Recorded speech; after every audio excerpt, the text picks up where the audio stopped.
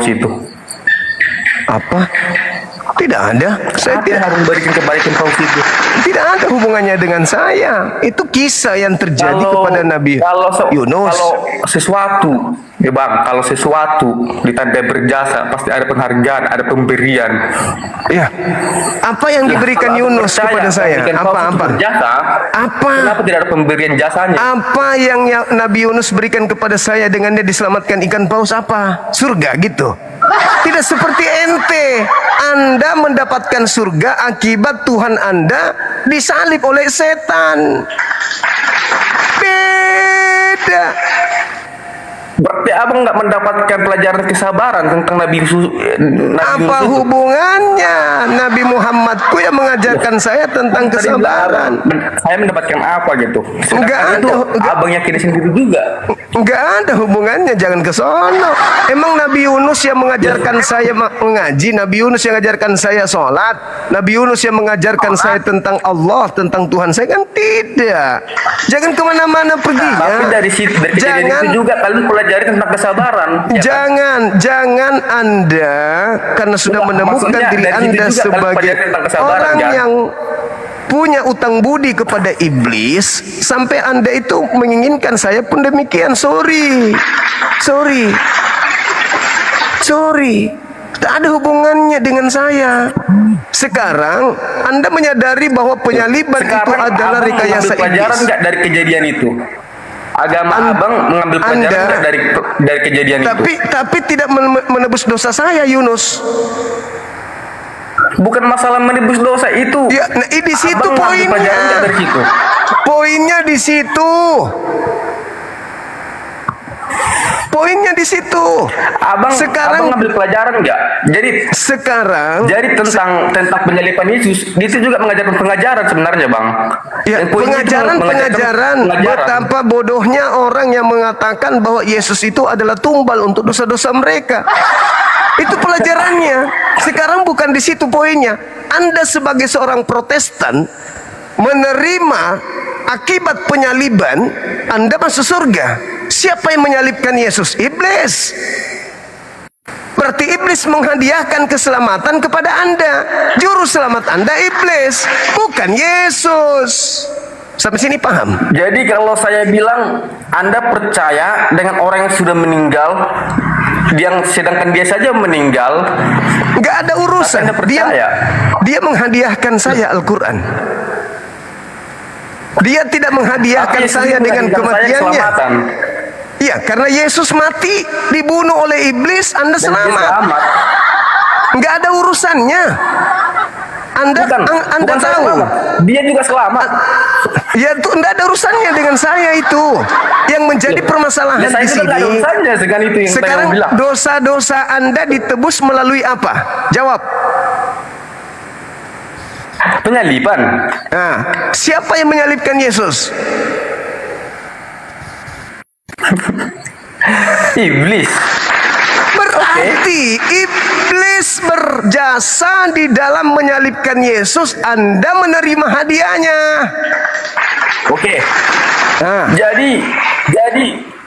Jadi kuburan berjasa karena sudah menampung Muhammad gitu. Nah, kami tidak menebus dosa. Dosa kami tidak disebut, sabar. Dosa kami tidak ditebus dengan dia dikubur. Selamat, bang. Hai. Benar nggak? Anda melalui Muhammad kena selamat. Benar nggak? Mereka umat Islam termasuk saya selamat karena mengikuti Al-Quranul Karim, bukan karena dia meninggal di kuburan. Berbeda dengan tapi kalian. Semua perkataan Muhammad harus kalian ikuti kan? Ya, Al-Quran kan. Kenapa larinya ke kuburan? Apa hubungannya? Contoh nih, bang. Contoh. Muhammad memerintahkan 4 kali, boleh 4 kali menikah. Ya, apa hubungannya? Tidak ada hubungannya. Ini berbicara mengenai jangan Anda melarikan tema. Ini berbicara mengenai penyaliban. Al-Quran, Nabi Muhammad mengatakan, wa ma qatalu wa ma salabu, tidak dibunuh dan tidak disalib. Kami tidak menerima hadiah dari situ. Sedangkan ente punya dosa dihapuskan dengan darah Yesus. lewat salib. Siapa yang menyalibnya? Iblis. Berarti juru selamat kalian itu bukan Yesus, tapi iblis. Sama seperti orang Yahudi membunuh domba untuk dosa mereka. Siapa yang kemudian menebus dosa mereka? Domba. Siapa yang berjasa terhadap dosa mereka? Domba gitu yang berjasa. Yang berjasa adalah dia yang memberikan perintah untuk menyembelih domba. Itulah yang berjasa. Siapa itu? Tuhan.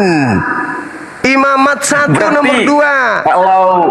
Kalau analogi abang seperti itu, sebenarnya kalian harus lebih yakin dan lebih berjasa, lebih menyembah ibunya Muhammad daripada Muhammad sebenarnya. Ya, Dia paling berjasa sudah melahirkan Nabi Muhammad yang mengutusnya bukan ibunya, yang mengutusnya Allah. Jangan Anda mencari kemana Anda harus melawan saya. Jangan. Anda tidak akan pernah bisa menang melawan kebenaran. Batil tetap batil, tetap akan kalah. Dengarkan. Jadi kalau bukan orang-orang Yahudi, melalui ibunya, orang-orang Yahudi yang paling berjasa ibunya sebenarnya. Diperintahkan kepada mereka oleh Allah, Imamat 1 nomor 2, katakan kepada orang Yahudi Israel, sabar dulu. Abang bilang ketika mereka hendak menebus dosa, maka hendaklah mempersembahkan domba. Apakah orang Israel menyembah domba karena domba telah menjadi penebus dosanya? Tidak. Sekarang Kristen terhapus dosanya karena Yesus disalib. Yang mereka sembah korbannya. Yang disalib ini yang mereka sembah. Yang disalib ini yang mereka anggap sebagai pahlawan. Padahal salah. Pahlawannya iblis. Enggak, maksudnya abang tadi bilang jasa. Yang paling berjasa iblis. Nah, sekarang Muhammad yang paling berjasa sebenarnya itu ibunya. Iya bang. Jadi kalian sebenarnya harus lebih ini kita berbicara dosa sesuai dengan salib. Dosa Anda dihapus karena salib. Oke? Enggak, tadi berbicara jasa. Jasa apa? Jasa iblis tadi kan abang kan berbicara tentang jasa iblis. Sekarang apa hubungannya dengan ibunda Siti Aminah? Jasa ibunya Muhammad. Apa maksudnya di situ? Apa hubungannya coba? Dia sangat berjasa lah telah melahirkan seorang Muhammad yang sampai sekarang dipuja-puja oleh orang Islam. Itu bukan urusan saya, itu urusan pencipta. Apa? Lu. Itu bukan urusan saya. Allah menciptakan Siti Aminah untuk melahirkan manusia suci Nabi Muhammad, sehingga Nabi Muhammad diutus menjadi rasul dan penutup para nabi. Selesai perkara. Berbeda dengan ente. Iblis menyalib Yesus, akibatnya dosa Anda ditebus. Berarti iblis berjasa dalam menghapuskan dosa lo. Lo masuk surga tanpa dosa. Kenapa tanpa dosa? Karena Yesus sudah menjadi tumbal.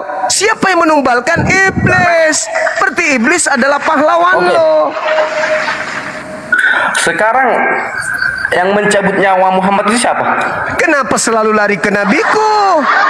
Apa hubungannya dengan itu semua? Coba. Tidak akan bisa, nggak bisa. Tidak bisa. Kami tidak menebus dosa kami dengan nyawa nabi kami. Oke, nggak ada. Tidak ada hubungannya, nggak ada relevansinya dengan ente. Relevansinya dengan kejadian di Anda itu adalah kambing, sapi, domba yang dibunuh oleh orang Yahudi untuk nebus dosa mereka. Apakah orang Yahudi menyembah domba yang mereka sembelih karena menebus dosa? Tidak. Apakah dengan kita mencium batu bisa menebus dosa? Kenapa lari ke situ lagi? Kami tidak memecahkan batu untuk nebus dosa kami. Lucu Anda ini. Lucu Anda. Lucu. Ini berbicara. Lucu dong. Apa hubungannya dengan ibunya Siti Aminah? Apa hubungannya dengan Nabi Muhammad? Apa hubungannya dengan Hajar Aswad? Dengan Tuhan melarang membunuh orang benar, tapi kalian melakukan tradisi boleh membunuh orang benar demi dosa-dosa kalian. Coba. Kalau begitu adanya, siapa yang berjasa melakukan pembunuhan terhadap orang benar ini? Tuhan atau iblis? Iblis. Apa akibatnya? Dosa lu dihapuskan. Dalilnya, Bang. Sekarang itu dalilnya itu di mana? Dengan konsepnya apa? Jangan membunuh orang benar itu konsepnya apa? Di mana? Apakah itu konsepnya Keluaran 23 nomor 7 nomor 8. Jangan kau membunuh orang benar. Di penyalipan. Jangan membunuh orang benar. Di penyalipan bukan? Konsepnya itu di penyalipan bukan? Jangan membunuh orang benar. Ini perintah. Ini perintah. Muhammad memerintahkan bunuh semua orang. Di mana dalilnya? Enggak, Muhammad pernah memerintahkan gitu. Ya di mana dalilnya? Tunjukkan. Tunjukkan di mana dalilnya? Itu dalam peperangan. Di mana dalilnya? Bentar ya. Silakan. Kalau ada gimana? Silakan. Kamu mau mencari pelampung nggak bisa, Dek. Karena pembunuhan tidak nebus dosa di kami, Dek. Kalau mengambil dalil sesuai konsep gitu loh, Bang. Ini kamu pelanggaran. Kenapa? Abang mengambil dalil tapi konsepnya bukan di penyalipan. Kamu kena pelanggaran, saudaraku. Maaf, kamu kena pelanggaran. Kenapa dia kena pelanggaran? Entahlah. Lari kemana-mana. Ibunda yang mulia Siti Aminah lah dibawa, Hajar Aswad lah dibawa. Apalagi yang dibawa tadi? Nabi Muhammad dibawa. Perintah lagi, surah At-Taubah lagi dibawa. Apalah orang ini mau mencari kemenangan dengan menegakkan benang batal, enggak bisa dong. Gak bisa. Sekali pengikut iblis ya iblis. Gak usah malu-malu akui. Halo, semangat malam. Selamat malam. Dari sekte mana abang? Dari Protestan. Boleh buka kameranya silakan. Boleh. Silakan abangku ya. Mana ini? Oh. Ya, oke baik bang. No, malam. Malam abang. Dari Saya Protestan. mau tanya. Siap. Tadi abang bilang siapa yang menyalibkan Tuhan Yesus?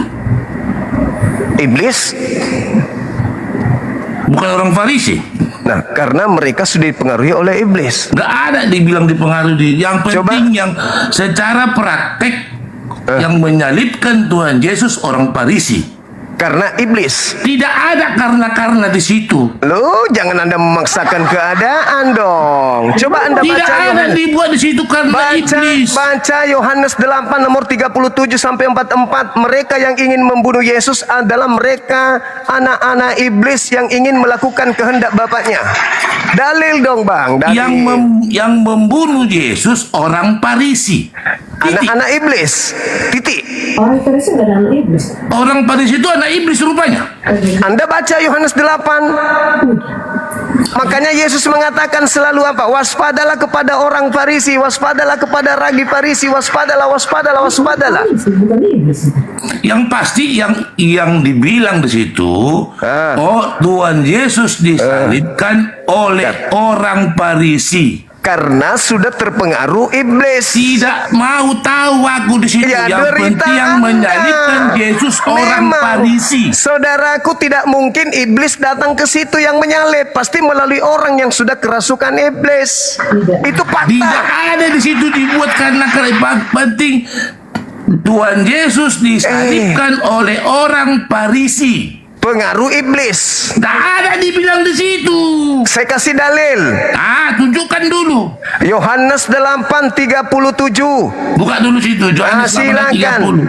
37 sampai nomor 44. Makanya belajar jangan cuma tua di. Apa di situ proses penyaliban? Ya silakan aja Anda. Kalian ingin membunuh aku sebab kalian adalah anak-anak iblis. Gimana? Berat dong. Ya iyalah berat. Anda belum mendalil. Bapak nggak bisa lagi baca itu. Ya silakan saudaraku, silakan. Kamu adalah keturunan Abraham, tetapi kamu berusaha untuk membunuh aku karena firmanku tidak beroleh tempat di dalam. Ada di situ iblis. Ya, terus baca terus, kan udah sampai nomor 44. Ada situ kata-kata iblis di situ. Silakan Anda baca nomor 44. Iblislah yang menjadi bapak lu. Nggak ada bapakku iblis, bapakku Tuhan Yesus. 44 di situ. Coba baca. Jangan emosi kali. Nggak Baca ada, dulu. nggak ada. Yang pasti yang kami pelajari, Tuhan Yesus disalibkan oleh orang Farisi. Oke, sekarang apapun itu sebabnya, kami tidak mau tahu. iya, derita Anda berarti. Karena Tuhan Yesus mati disalibkan untuk menebus dosa manusia. Titik. Ya, itu iman Anda. Ya udah. Nah, orang Yahudi menyalib Yesus bukan karena dosa. Orang Yahudi menyalib Yesus karena tidak mau bangsanya dirampas Roma. Ah, Beda dong. itu tidak sama, ketua. Orang Yahudi, orang Farisi, mahkamah agama ingin menyalib Yesus karena mereka tidak mau bangsanya dirampas oleh orang Roma. Bukan karena dosa waris. Dosa waris itu ajaran yang muncul belakangan, yang tidak ada hubungannya dengan penyaliban. Begitu saudaraku. Jadi sudah dibaca Yohanes 8. Yang mau membunuh Yesus adalah anak-anak iblis. Jadi sekarang beginilah, itu kan proses.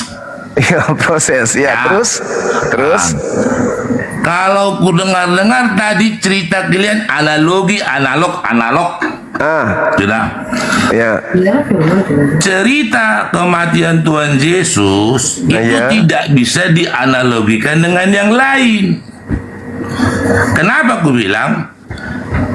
Sehelai daun pun tidak akan pernah jatuh tanpa seizin Tuhan. Ya. Setuju di situ? Setuju. Jadi Anda pun bisa berdiri, bisa duduk karena seizin Tuhan. Setuju? Ya, setuju. Terus? Nah, jadi apapun yang terjadi di muka bumi ini, mulai zaman Adam sampai detik ini, itu semua Tuhan izinkan. Kenapa? Ya. Kenapa Tuhan masih izinkan ada iblis di bumi ini? Ya.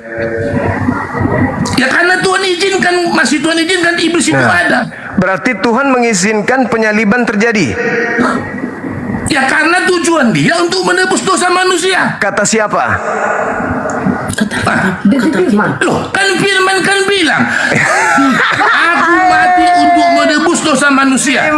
Di mana Yesus mengaku begitu? Di mana? Tujuan kematian Yesus untuk menebus dosa manusia. Itu maunya Kristen. Orang Yahudi membunuh Yesus tujuannya untuk menyelamatkan mereka dari penjajahan Roma. Baca Yohanes 11 nomor 45 sampai 57, Bang. Karena memang tidak ada orang mau seperti si Pilatus, si Herodes. Mereka tidak mau ada orang seperti dia, makanya dibunuhlah Tuhan Yesus. Nah, untuk apa dia dibunuh? Hah? Untuk apa mereka membunuh Yesus? Iya, tujuannya satu-satu kita bicara ya. Iya, silakan. Tujuan si Pilatus dan si Herodes supaya tidak ada orang raja seperti dia lagi. Cukup hanya dia raja. Itu alasannya kan? Tunggu dulu. Satu-satu kita bicara. Iya, saya bertanya, itu alasannya kan? Diplomat kita. Iya, itu alasannya. Ya, dibilang satu-satu kita bicara. Nanti aku udah selesai aku bicara, Bang bicara. Silakan. Diplomat kita. Oke. Jadi si Pilatus dan si Herodes membunuh Tuhan Yesus supaya mereka tidak mau ada raja lagi selain mereka.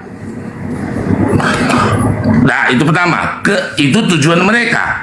Sudah, kenapa Tuhan izinkan itu?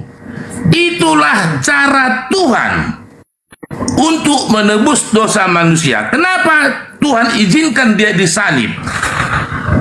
Karena memang cara Tuhan itulah di pikiran Tuhan.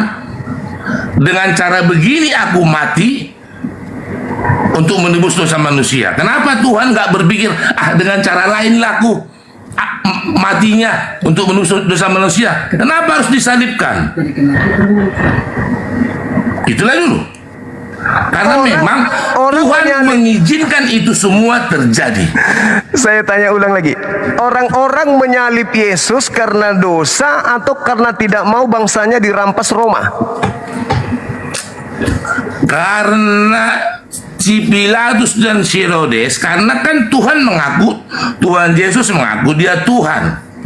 Makanya waktu dia mau disalib, datanglah raja, apakah kau raja? Engkau sendiri yang mengatakannya, bahwa dia mengakui raja. Tidak ada begitu, Pak. Jangan Anda ngarang-ngarang. Itu Sekali-sekali nonton film Yesus, Bang. Ditanya, apakah engkau raja? Lukas engkau sendiri yang mengatakannya. Bagaimana mungkin dia ditanya, apakah engkau raja sementara jadi RT aja pada saat itu Yesus? Kagak. Itu pertanyaan bodoh. Dia ditanya, baca Lukas 22 nomor 68. Baca di situ, apakah engkau Mesias? Bukan raja, bosku. Apakah engkau kalau di film ini, di YouTube ini, apakah engkau raja? Di Bible sendiri yang mengatakannya. Di Bible, apakah engkau Mesias? Ya, Mesias kan dengan raja juru selamat. Oh, lain. Mesias itu orang yang diurapi. Loh. Karena dia Tuhan Yesus. Udahlah, saya tidak mau terlalu lama berdebat dengan orang bodoh. Tapi saya mau mengatakan bahwa Tuhan Yesus mati disalibkan oleh orang Farisi. Iya, karena kerasukan iblis.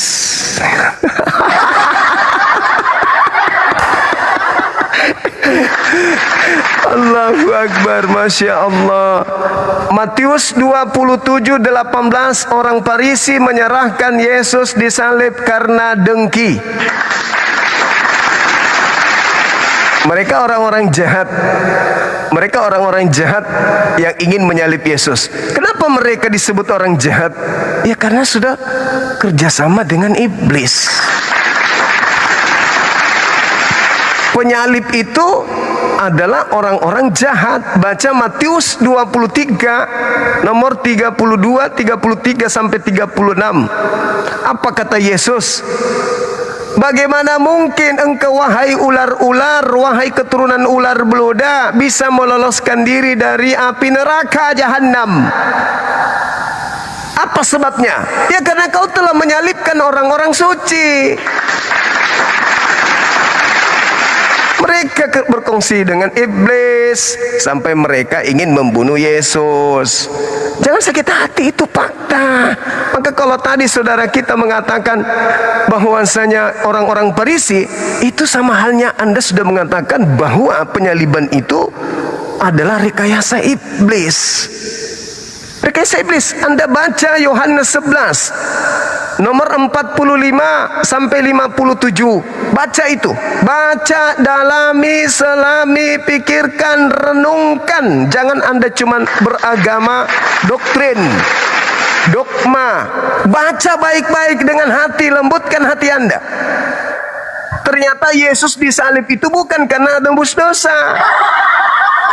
Ya Allah yang Karim. Nah, inilah fungsinya Bang Suma, untuk supaya jadi tempat Anda belajar. Lembutkan hati kalian.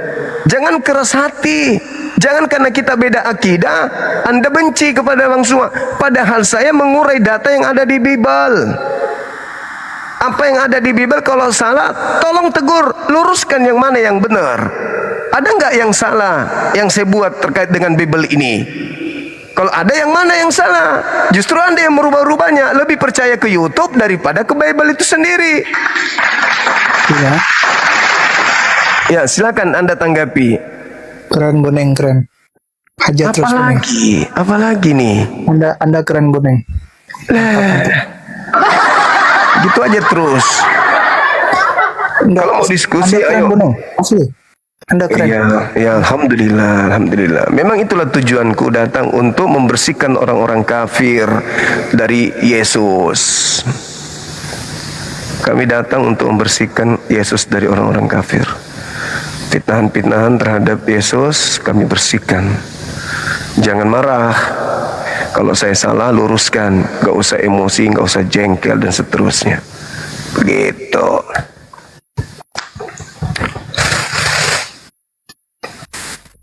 semangat malam, Ibu Eni. Ya, selamat malam. Dari Katolik Protestan, Ibu? Protestan, Bang. Oke, bisa buka kameranya? Ya, Silakan Ibu, kita diskusi. ya. Silakan. Ya, ya, oke, Bang. Ya. Begini, saya ingin menceritakan bagaimana sebenarnya masalah yang perdebatan tadi ya. Siap. Ini. Buka kamera Ya, dulu, saya- Ibu. Silakan dibuka kameranya dulu, biar saya tidak terkesan berbicara dengan gambar doang yang cantik ini.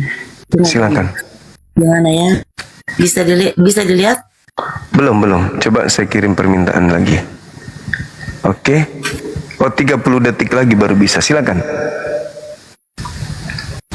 Ya, boleh kita bicara ya? Ya. Boleh, Ibu. Saya bicara secara saya Kristen Protestan ya. Begini, masalah yang diperdebatkan tadi, Bang, masalah penyaliban Kristus ya. Ya. Begini, Pak.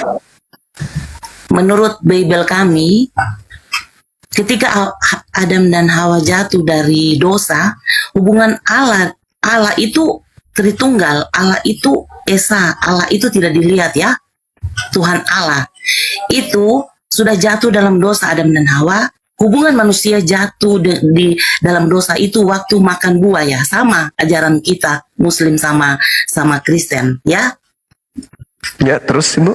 Nah, terus dari situ ketika mereka melanggar aturan Tuhan Allah memakan buah, mereka tidak bisa lagi berhubungan antara Allah dengan manusia. Jadi waktu itu terputus, maka Allah berpikir saya akan turun menjelma sebagai manusia, saya akan lahir lewat rahimnya Bunda Maria dan akan disalib untuk menebus dosa manusia. Tapi maut tidak bisa mengalahkan dia karena dia adalah Allah. Makanya pada hari yang ketiga dia bangkit kembali di antara orang mati. Itulah dasar iman percaya kita orang Kristen, kebangkitan Yesus. Kalau Yesus tidak bangkit, sia-sia kepercayaan kita. Saya saja tidak percaya kalau Yesus tidak bangkit. Yang menyalibkan Yesus itulah orang-orang Farisi. Ya, begitulah. Orang-orang Farisi yang Boleh buka menyalibkan Yesus. kamera, Ibu, boleh? Nah, tunggu kameranya ini saya tidak tahu ya. Gimana? Tinggal diiyakan, Ibu. Saya sudah kirim permintaan.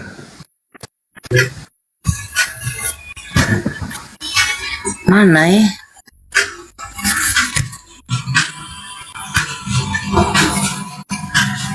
Bagaimana?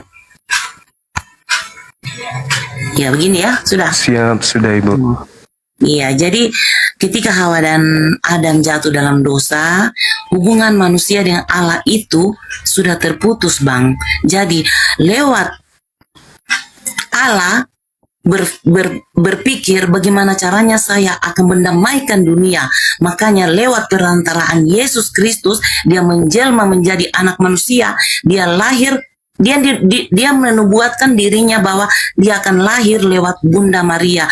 Dia lahir, dia merasa lapar dan haus sama seperti manusia biasa dan akan disalib menebus dosa manusia. Tapi pada hari yang ketiga dia akan bangkit karena dia adalah Allah. Mau tidak bisa mengalahkan dia, maka itulah kepercayaan saya, Bang. Saya percaya, saya imani Yesus Kristus karena dia bangkit itu. Kalau dia tidak bangkit, saya tidak percaya.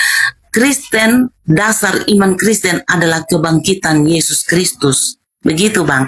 Saya tidak emosi, saya cuma mengklarifikasi yang sebenarnya. Yang menyalibkan Yesus itu adalah orang-orang Farisi.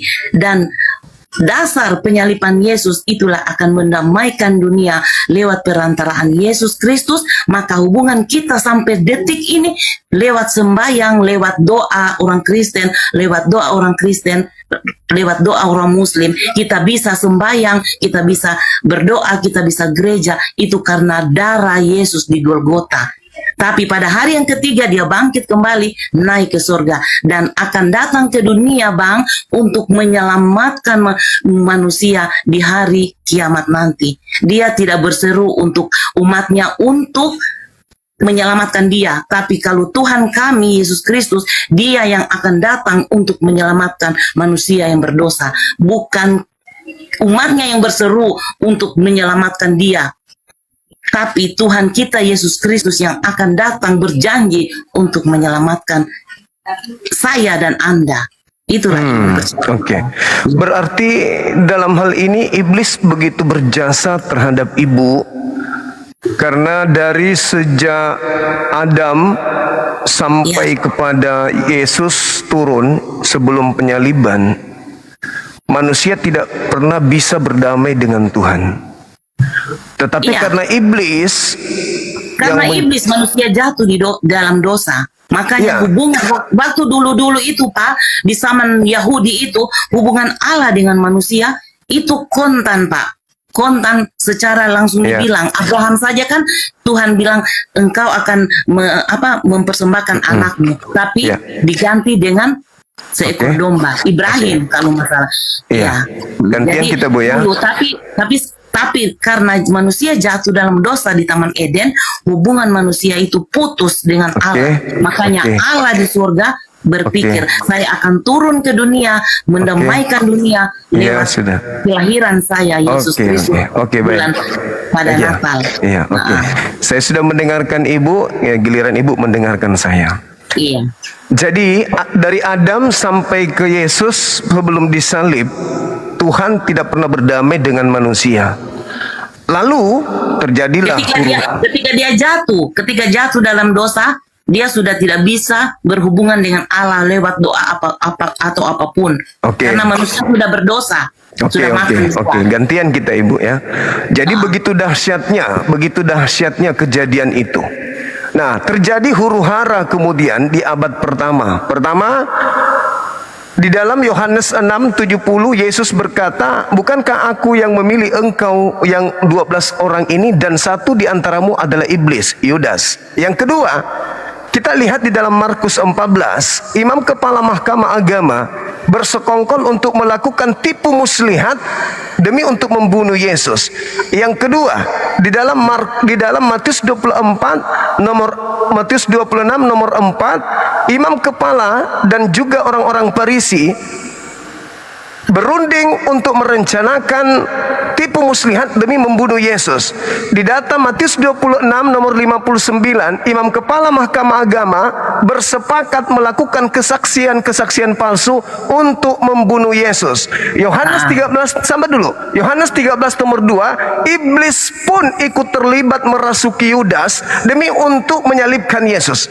Muncul pertanyaan, apakah saksi palsu mereka, tipu muslihat mereka, kemudian iblis yang merasuki Yudas itu berhasil menyebabkan kemudian Yesus disalibkan sehingga orang-orang Kristen selamat?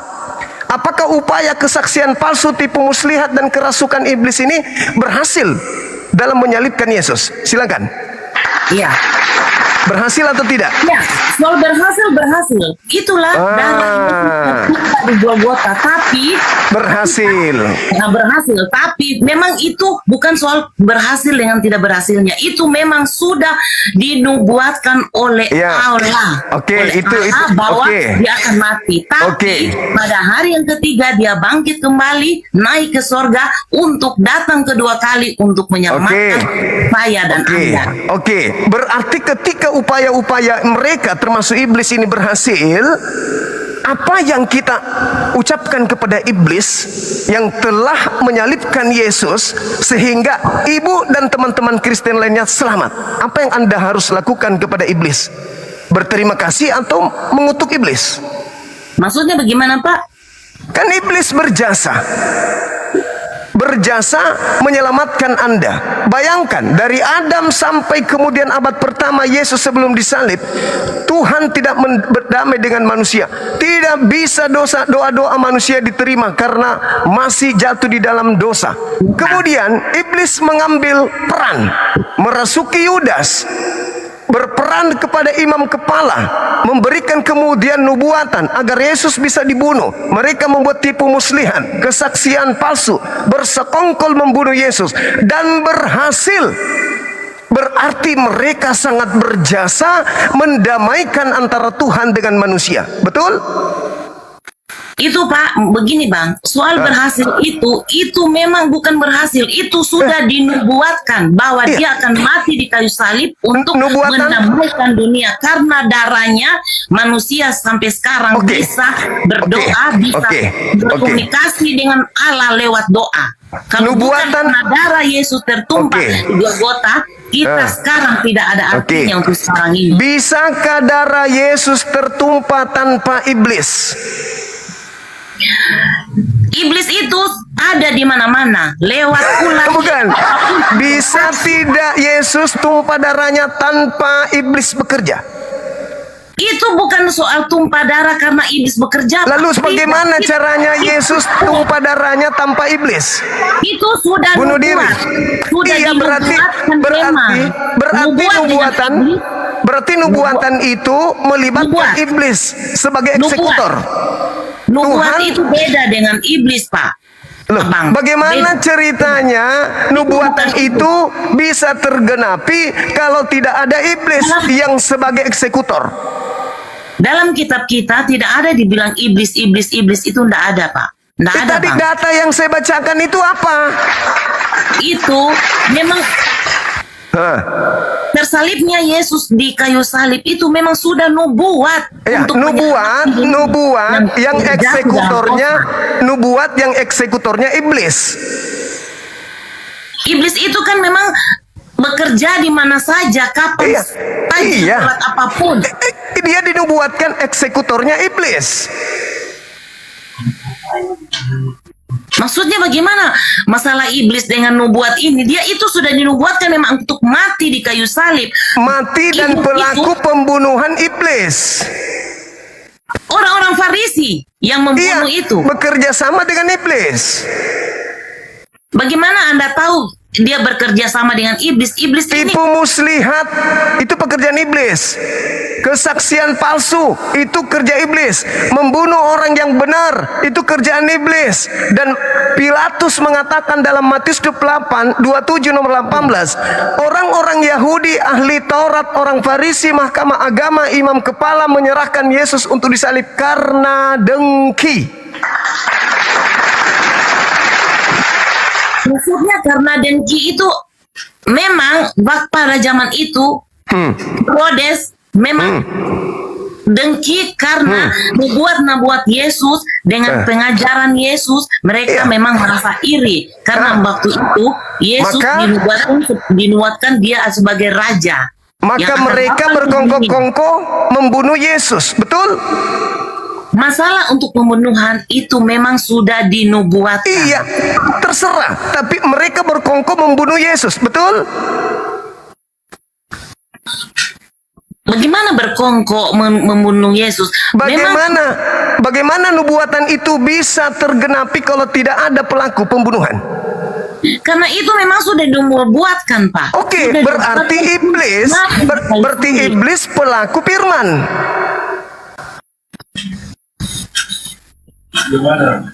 Saya tidak mengerti iblis pelaku firman. Ya, katanya dinubuatkan oleh Tuhan melalui firman-Nya, dan firman ini harus terjadi. Maka iblis adalah pelaku firman itu sendiri. Betul? Gimana iblis pelaku firman? Kan Tuhan menubuatkan kematian Yesus. Iya. Nah, siapa yang membunuhnya? Yang membunuhnya orang-orang Farisi. Lewat propaganda iblis. Jelas itu hati mereka itu sudah dimasuki iblis. Berarti iblis berjasa terhadap keselamatan kalian orang-orang Kristen. Oh tidak. Yang tanpa berjasa, iblis? Tidak. Tanpa iblis? Tidak bisa tanpa iblis dengan darah Yesus. Tanpa iblis bisa darah Yesus tumpah? Tidak bisa. Tidak bisa, berarti iblis berjasa. Tidak bisa, Pak. Karena Yesus sudah dinubuatkan untuk Iya, saya paham. Kalian harus memaksa itu. Sekarang, apakah darah Yesus bisa tumpah tanpa iblis? Tumpah saya, Pak. begini. Tumbah di luar. Susah Pak untuk kita menjelaskan. Ya enggak, jelaskan aja Ibu, enggak usah mengatakan susah. Tadi lancar. Tadi Maksudnya lancar. memang, iya lancar memang karena saya Bisakah darah Yesus tertumpah tanpa iblis? pekerjaan iblis itu memang sudah begitu Pak dalam hati itu apapun itu Berarti tapi darah Yesus itu untuk menebus dosa manusia iya, bukan oke. Tanpa darah Yesus, dosa manusia tidak ditebus. Tanpa iblis, darah Yesus tidak tertumpah. Berarti iblis berjasa terhadap kalian. bukan iblis Pak justru Yesus yang berjasa atas dosa-dosa kita Bisa nggak Yesus mati tanpa dibunuh? dan iblis itu pun Maksudnya Yesus tombak diri sendiri gitu, ketepak, mati, dosanya Anda ditebus. Atau dia butuh iblis? susah Pak untuk menjelaskan Memang sama Bapak. susah karena tidak masuk akal. Konsep Anda tidak masuk akal, susah. Pak, maaf ya, ini bulan puasa Pak. Jangan terlalu kita menyepelekan agama ya, salinglah toleransi. Loh. Anda membangun satu narasi. Nih, saya kasih konsep. Saya kasih konsep yang masuk akal di dalam kitabnya Yahudi. 2 Tawarik 7:14. Jikalau hambaku yang ada di bumi kembali kepada kesalahannya lalu mencari aku Bapa di surga akan menghapuskan dosa-dosanya dari surga. Kalau hambaku datang kepadaku bertaubat mencari wajahku, maka aku di surga akan mengampuni dosa-dosanya. 2 Tawarik 7:14. Kenapa dia harus turun ke bumi? Ini konsep yang salah. Karena kalau Anda mengatakan konsep itu betul, berarti iblislah yang juru selamat kalian, bukan Yesus. Oh Yesus, karena dia turun ke bumi itu memang sudah dinubuatkan. Karena Berarti itu tidak bisa terjadi kalau tidak ada iblis yang menjadi eksekutor. Lewat darah Yesus. Nah, darah Yesus tertumpah karena iblis. Ini tidak begitu Pak. Kok tidak bisa begitu? Gimana cerita?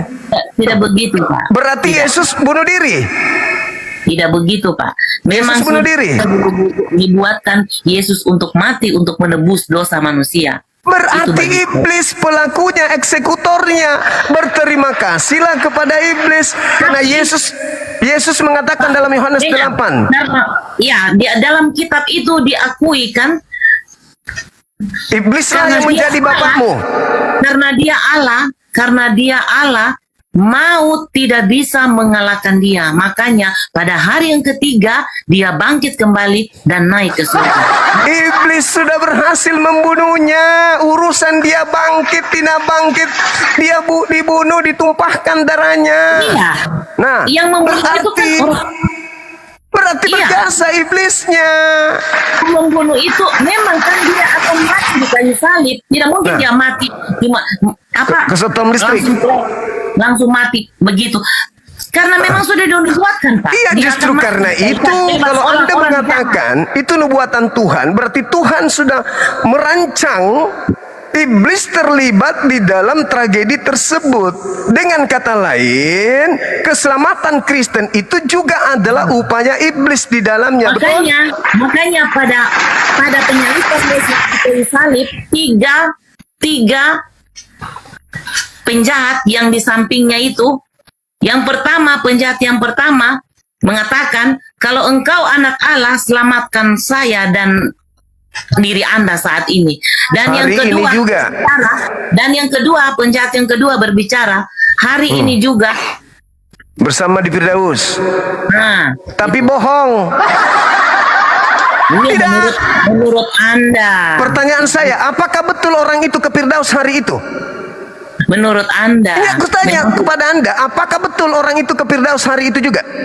Ke Firdaus bersama Yesus, sudah ada di surga bersama Yesus. Berarti dia tidak mati orang ini, langsung terangkat ke langit. Bersama Yesus, tetap dia mati. Bohong.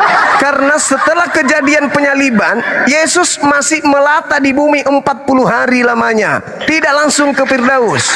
Bohong itu hoax. Sekarang permasalahannya adalah jikalau penyaliban itu betul adalah menyelamatkan orang-orang Kristen, maka iblis berjasa di dalam keselamatan Kristen. Titik. Kita tidak begitu, Pak. Bukan Itu soal fakta. Itu fakta. Jangan sepelekan iblis yang begitu besar jasanya. Bayangkan ibu mengatakan dari Adam sampai Yesus, Tuhan tidak mengabulkan doa. Tetapi karena iblis merasuki Yudas, lalu Yudas mengkhianati Yesus, terjadi penyaliban. Berarti Kristen kudu wajib berterima kasih kepada iblis. Atau jangan-jangan hari Minggu kalian berterima kasih ke iblis itu di hari Minggu? Oh, jangan begitu. Saya bertanya. Kita juga, saya juga, Pak, manusia. Saya bertanya. Saya juga kalau mau menyepelekan bisa, tapi saya bertanya, kenapa? Dasar saya bertanya, kenapa Ibu? Tidak ada perintah Tuhannya Yahudi ibadah Minggu, tidak ada perintah Yesus ibadah Minggu, tidak ada perintah bapaknya Yahudi, Tuhannya Yahudi dan Yesus sendiri untuk menyembah yang namanya Yesus, tapi kenapa Anda berbondong-bondong hari Minggu menyembah oknum tersebut? Siapa dia? Siapa yang perintahkan? Nah, Yesus Kristus. Itulah yang saya maksud. Jangan-jangan bukankah itu wujud terima kasih Anda kepada yang menyalibkan Yesus? Bisa, Pak. Kita berdebat karena begini ya. Saya punya kepercayaan saya. Bapak punya kepercayaan Bapak. Ya, tapi kan ada dalil. Kita pakai dalil. Karena dalam kitab kami semua lidah kelak, semua lidah akan mengaku, semua lutut akan bertelut bahwa Yesus adalah Raja. Isa Al-Masih itu yang akan datang kedua kali untuk menghakimi orang-orang yang menganggapnya Tuhan. Baca Matius 7, bisa Ibu baca Matius 7 nomor 22-23, Yesus mengusir semua orang Kristen. Anda bisa baca?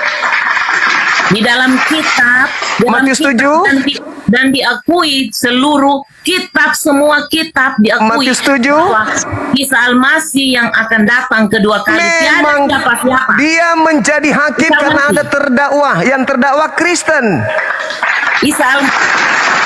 Yang terdakwa Kristen. Anda baca Matius 7 nomor 22-23, pada hari terakhir nanti banyak orang berseru kepadaku, Tuhan, Tuhan, Tuhan, Tuhan Yesus, bukankah kami bernubuat pakai namamu, mengusir setan pakai namamu, bermujizat pakai namamu?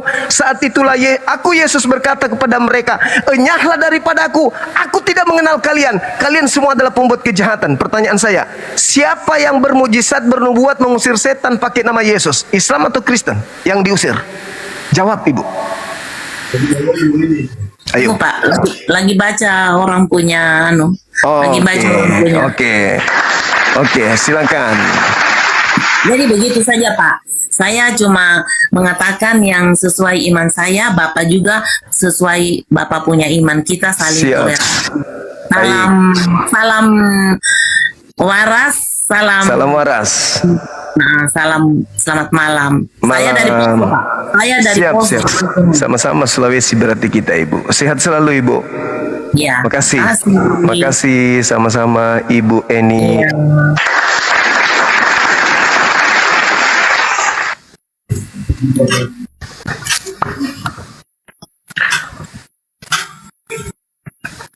Orang Jawa bilang toh masih mau ku datang besok. Orang Jawa bilang masih mau ku datang besok. Semangat malam Nona Evi. Makasih. Iya, bisa buka kameranya.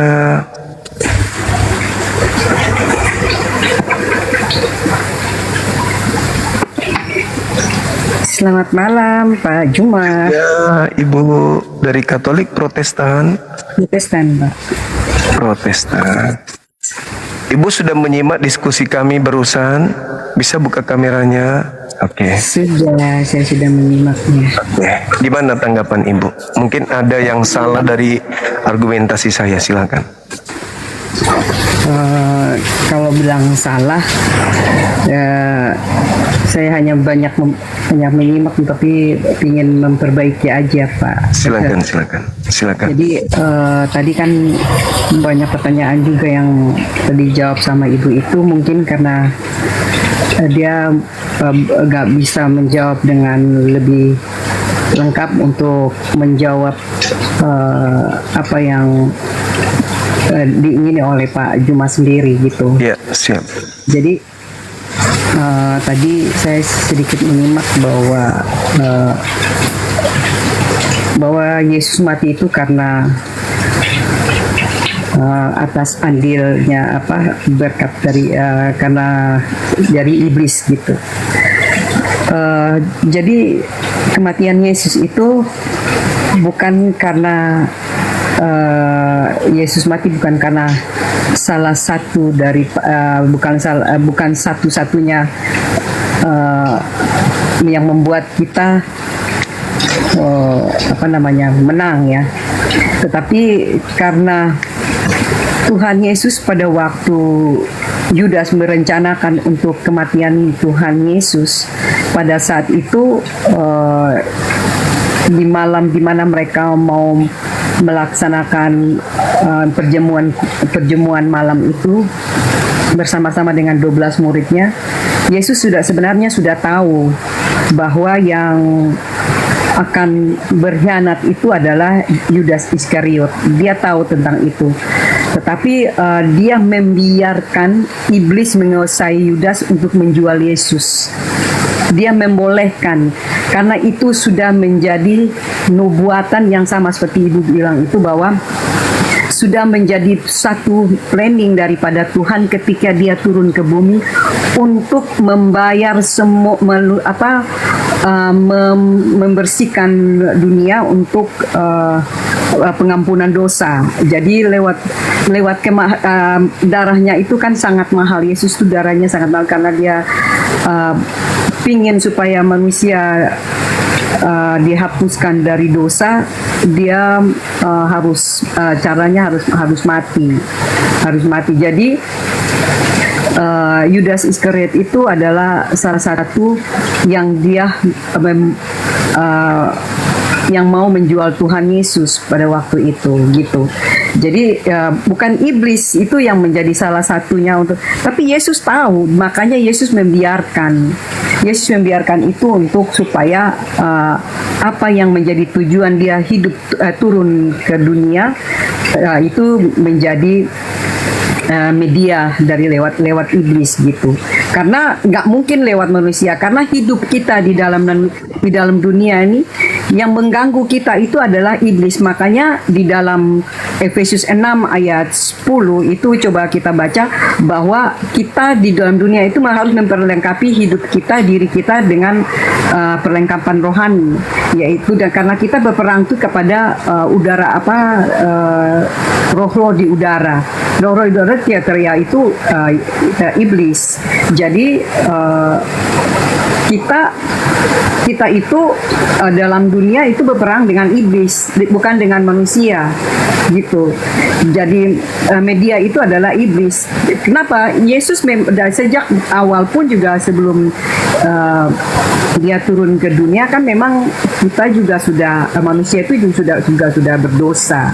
Yang membuat dosa itu kan juga iblis kan, karena iblis juga yang mengganggu manusia. Jadi dia turun untuk menyelesaikan itu, bagaimana karena manusia itu sudah tidak bisa lagi diampuni, maka dan tidak bisa lagi dosa-dosanya sudah tidak bisa lagi, darahnya sudah terlalu banyak tertumpah, maka Tuhan turun untuk menggantikan gitu Bang Juman. Oke, baik. Iya, jadi setelah saya mendengarkan gitu apa yang menjadi penuturan Ibu ini, saya mengambil kesimpulan bahwa iblis kemudian membuat Adam jatuh dari surga sehingga keturunannya berdosa. Tujuan iblis supaya tidak ada keselamatan bagi Adam dan keturunannya. Lalu di abad pertama iblis juga yang merasuki Yudas. supaya Yesus disalib. Tujuannya agar manusia ditebus dengan darah Yesus. Sebenarnya iblis ini mau manusia itu masuk neraka atau iblis ini mau masuk surga, ibu iblisnya? Kenapa dia masih merasuki Yudas, padahal akibat merasuki Yudas maka dosa yang dibuat Adam dan keturunannya itu lepas gara-gara dia sendiri melepaskan dengan dia merasuki Yudas. Mana yang benar? Iblis mau orang manusia ini masuk neraka atau masuk surga? Udah pasti bukan iblis, yang pasti adalah Tuhan yang mau kita selamat. Jadi karena kita harus selamat, maka harus lewat kematian Yesus. Berarti Karena iblis, kalau sabar Bu, kalau memang ibu mengatakan itu, iblis harusnya menjaga Yesus supaya Yesus tidak disalib. Karena kalau dia disalib, darah Yesus tertumpah, manusia selamat. Sia-sialah pengorbanan iblis dari zaman Adam. Semua segala sesuatu yang terjadi di dalam Tuhan, baik kelahiran dan kematian, semuanya ada makna. Jadi makna daripada kematian Yesus, makna dari kematian Tuhan Yesus itu adalah supaya menceritakan tentang seorang Yesus ini kan menjadi salah satu suri dan toladan bagi manusia gitu. Jadi apa yang dia lakukan, apa yang dia perbuat di dalam dunia, itu yang dilihat oleh manusia. Bukan iblis yang kita bahas. Jadi begitu dia mati, dia meninggal, Yesus mati, itu menunjukkan bahwa dia sebagai seorang pemimpin pada waktu dia menjadi manusia 100% adalah manusia yang pemimpin satu-satunya di dunia yang bisa mengorbankan dirinya untuk mati. Oleh karena itu dia mati dan dia naik ke surga dan dia menang. Oleh karena itu kita ikut Yesus. Itu doktrin Ibu sekarang. Sampai dengan hari ini di mana-mana orang Kristen berkumpul di gereja itu doktrin Ibu. Saya hargai. Mengucap kepada Tuhan atas kemenangan yang itu mimpi, itu halusinasi Ibu terlalu tinggi. Sekarang andai saja penyaliban itu betul untuk menyelamatkan manusia, iblis akan melarang manusia menyalib Yesus. Bahkan iblis akan menjaga Yesus. Jangan sampai ada yang membunuhnya. Jangan tumpahkan darahnya. Karena kapan darah Yesus tumpah, maka sia-sialah pekerjaan kami dari sejak Adam. Kenapa jadi aneh agama Anda? Iblis harus menjaga Yesus supaya darahnya tidak tertumpah. Karena tanpa pertumpahan darah, orang Kristen ini tidak selamat. Nah, supaya orang Kristen ini tidak selamat masuk surga, maka iblis harus menjaga Yesus supaya tidak disalib. Kenapa jadi gila ajarannya? Iblis yang menyebabkan manusia jatuh ke dalam neraka. Iblis juga yang menyelamatkan manusia dari neraka. Atau jangan-jangan ini hanya tipu muslihat iblis, menjual-jual agar orang bebas bermaksiat, maka Yesus dijadikan tumbal. Jangan-jangan ini hanya pembodohan akal sehat manusia. Dosa ditebus dengan darah manusia. Berarti konyol. Itu satu kekonyolan yang nyata. Iblis merasuki Yudas agar Yesus disalib demi untuk menyelamatkan Karisteng. Berarti iblis mau menyelamatkan Karisten. Iblis menjadi pahlawannya Kristen. Lucu. Ini agama apa ini? Tidak masuk akal. Iblis itu justru mencari jalan supaya anak Adam itu tidak masuk surga. Malah iblis menyalib Yesus supaya Kristen masuk surga. Pret. Ajaran apa itu, Ibu? Ajaran tidak masuk akal ini. Ajaran begini tuh ajaran Ibu. Ajaran begini nggak ada gunanya. Aduh, mending Ibu masak daripada Anda mendoktrin. Nggak masuk akal. Agama apa itu? Nggak masuk akal. agama apa itu? Iblis merasuki iblis menipu Adam, menipu istrinya supaya manusia jatuh ke dalam dosa, dan tidak ada doa diterima sampai kepada datangnya Yesus disalib. Pembodohan. Ini dia rajanya datang. Asik. Buka kameramu, Dis. Kau buka kameramu. Kau itu paling menjagokan katanya, paling sakti katanya. Silakan. Ya, bentar. Gitu dong. Kamu yang harus masuk ke Indonesia, bukan kami yang harus ke luar negeri. Semoga cuma tidak menurunkan saya ya. Ya silakan. Kau nanti turun sendiri malah. Jangan lagi nanti kau bilang miot, aku di miot. Nah gitu dong. Mantap sekali. Silakan. Semoga Zuma tidak menurunkan saya nih. Walaupun dia maskeran, saya nggak usah pakai kacamata. Banyak cerita. Oke, silakan. Ya. Anda sudah Apa menyaksikan. pertanyaanmu? Anda sudah menyaksikan betapa banyak orang-orang Kristen yang kemudian mau tidak mau sudah mengakui bahwasanya iblis itu berjasa. Berjasa. Kok bisa berjasa? Karena menurut kalian penyaliban itu adalah cara Tuhan menebus dosa Kristen. Tanpa iblis tidak mungkin penyaliban itu terjadi. Karena iblislah sehingga penyaliban terjadi. Karena akibat penyaliban Anda dan orang Kristen lainnya dosanya ditebus. Betul?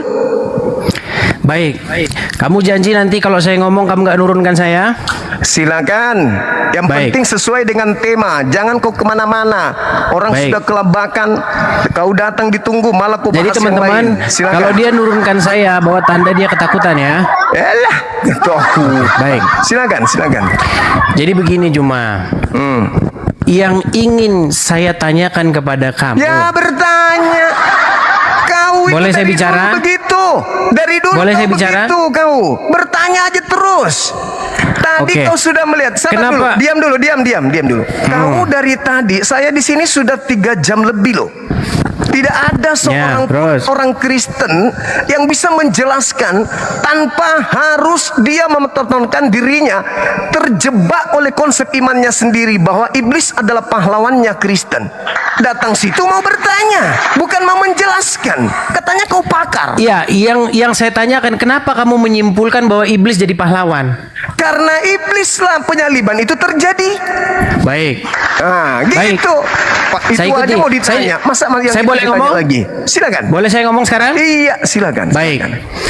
Jadi kalau logika berpikir kamu seperti itu, nggak masalah. Karena menurut kamu iblis berjasa. Karena apa iblis berjasa? Karena sudah menyalibkan Yesus sehingga terjadi keselamatan, begitu ya? Ya, betul. Oke. Berarti saya juga bisa punya logika begini nih. Silakan. Muhammad syahid karena diracun. Berarti orang yang meracun Muhammad itu berjasa membuat Muhammad mati syahid ya. Masuk surga. Silakan. Boleh begitu berpikirnya? Iya, silakan. Oke, baik. Jadi apakah dosa saya ditebus? Baik, menurut pola pikirmu. Sebentar, saya kan mau menggunakan logika berpikirmu. Analogi itu boleh nggak saya menggunakan logika berpikirmu? Apakah dengan Nabi Muhammad diracun dosa kami umat Islam ditebus? Ayo, bicara. Kau pakai analogi apa itu? Sebentar, jangan dibisu-bisukan. Kalau berani ngadepin saya, nggak usah bisu-bisukan. Saya tanya, apakah berani ngadepin saya? Dengar. Apakah dengan Nabi Muhammad itu diracun, dosa umat Islam ditebus? Bukan, kita kan bicara berjasa dulu. Berjasa dulu. Berjasa. Kita jangan bicara penebusan dulu. Kita bicara mengenai jasa. Diam dulu. Jasa, berjasa nggak kan gitu? Dengar. Iblis kenapa diturunkan? Jangan diturunkan, dinaikkan lagi. Iblis disebut pahlawan, iblis disebut berjasa karena ente Edis dan Kristen lainnya selamat karena kematian itu, karena penyaliban itu. Ada nggak umat Islam selamat karena Nabi Muhammad diracun? Kau itu ilmumu masih begitu, nggak pernah berubah kau itu. Sudah dibilang jago lawan Edis. Kau sama saya logikamu itu logika anak TK di depan saya, beranalogi yang tidak nyambung. Kalau Nabi Muhammad diracun, akibat diracun dosa kami umat Islam ditebus, ya berarti berarti Zainab ini berjasa di dalam meracuni Nabi. Memang kau itu dari dulu, makanya kau kabur ke luar negeri, karena kalau berdebat denganku, kau tidak pernah menang. Kau bisa menang kalau kau membahas Al-Quran, pretelin sesuai mukamu itu. Udah ada yang turunkan kan? Enak aja dia. Sila dia, ini nih, ada Edis. Aku bilang sama kalian, saya dengan Edis dari tahun 2010 di Facebook saya sudah mulai kejar-kejaran sama dia. 2018, Edis itu baru pemain baru dia. Tidak pernah dia menang lawan saya diskusi, nggak pernah. Dia itu merasa menang kalau dia bahas tentang Islam sesuai dengan tafsirannya dia sendiri. Tapi kalau dia bahas Bible, pret, tidak ada itu. Di situ nol. Saya katakan seluruh lawan diskusi saya yang paling bodoh pemahamannya tentang Bible, inilah dia orangnya nih, si Edi sini. Suruh dulu moderatormu jangan turunkan saya kalau kamu jagoan. Jangan ngeyel. Sekarang saya tanya samamu, dengar. Kenapa? Kan? Kita bicara dulu tentang jasa, berjasa. Kau jangan bilang penebusan dulu, berjasa dulu. Dengarkan, apakah orang Kau kan mengatakan bahwasanya iblis berjasa. Kita ngomong dari berjasa dulu, berjasa. Jangan ngomong penebusan. Pakai ini dulu. Dengarkan saya. Setelah saya bicara, kau bicara. Oke? Dengarkan. Kau mengatakan bahwasanya Zainab berjasa. Apa jasanya Zainab untuk kami umat Islam? Sabar dulu. Apa jasanya Zainab untuk kami? Ketika Zainab itu meracuni Nabi Muhammad, apa jasanya? Kami masuk surga? Dosa kami ditebus? Tidak ada sama sekali. Jangan dibisu-bisukan. Nih, tangan saya angkat ya. Gantian. Saya ngomong tangan saya angkat nih. Gantian. Dengar. Perhatikan, tangan saya angkat terus. Bandingkan dengan Kristen. Dengarkan. Bandingkan dengan Kristen. Dengar. Iblis menyalib Yesus. Kalau kau diskusi jangan suruh bisu-bisukan. Kalau mau diskusi jangan bisukan. Ayo. Anda diam, tidak apa-apa. Anda diam. Silakan. Habis itu Anda bicara. Nih, tangan saya di sini ya. Tangan saya di sini. Ayo. Moderator jangan dibisukan. Dengarkan. Berbeda dengan Kristen. Iblis menyalib Yesus. Apa akibatnya untuk Kristen? Dosa Kristen ditebus. Masuk surga Kristen itu karena penyaliban. Berarti iblis adalah pahlawannya Kristen. Silakan. Sudah bisa saya bicara? Silakan. Baik, suruh moderatormu gak usah ketakutan sama saya. Jangan dibisukan. Makanya jangan nyerocos karena suaramu juga keras. Silakan. Baik. Silakan. Jadi begini Juma. Kalau bicara kita satu-satu dulu. Tadi kan kamu ngomong masalah berjasa. Jangan penebusan dulu. Kita kelarin dulu berjasanya. Silakan. Nah, menurut kamu karena iblis dan melalui tangan orang-orang Farisi menyalibkan Yesus, maka iblis berjasa, betul? Itu logikamu kan? Terus.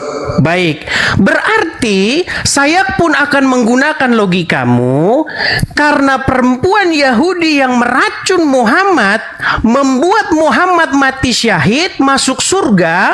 Berarti menurut logikamu maka perempuan yang menyalib Muhammad yang membuat Muhammad mati syahid masuk surga itu berjasa dia. Dia juga berjasa karena melalui tangan dialah keselamatan Muhammad masuk surga terjadi. Makanya saya bilang logikamu udah nggak waras. Kemudian yang kedua. Satu dulu. Silakan. Silakan. Yang tidak waras itu ente. Kalau Nabi Muhammad masuk surga karena dia diracun, berarti Yesus masuk surga karena disalib.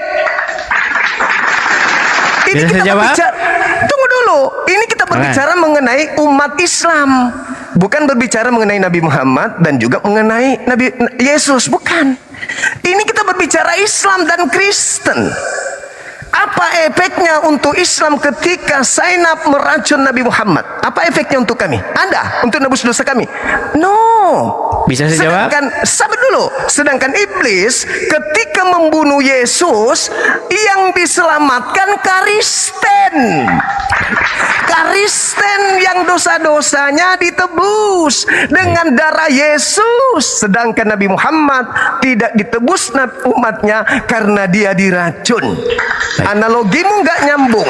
Sekarang pertanyaan saya, karena Kristen diselamatkan akibat iblis merasuki Yudas, maka mau tidak mau kau harus berterima kasih kepada iblis yang telah berjasa menyalib Tuhanmu sehingga dosamu ditebus. Sampai sini kau sudah paham?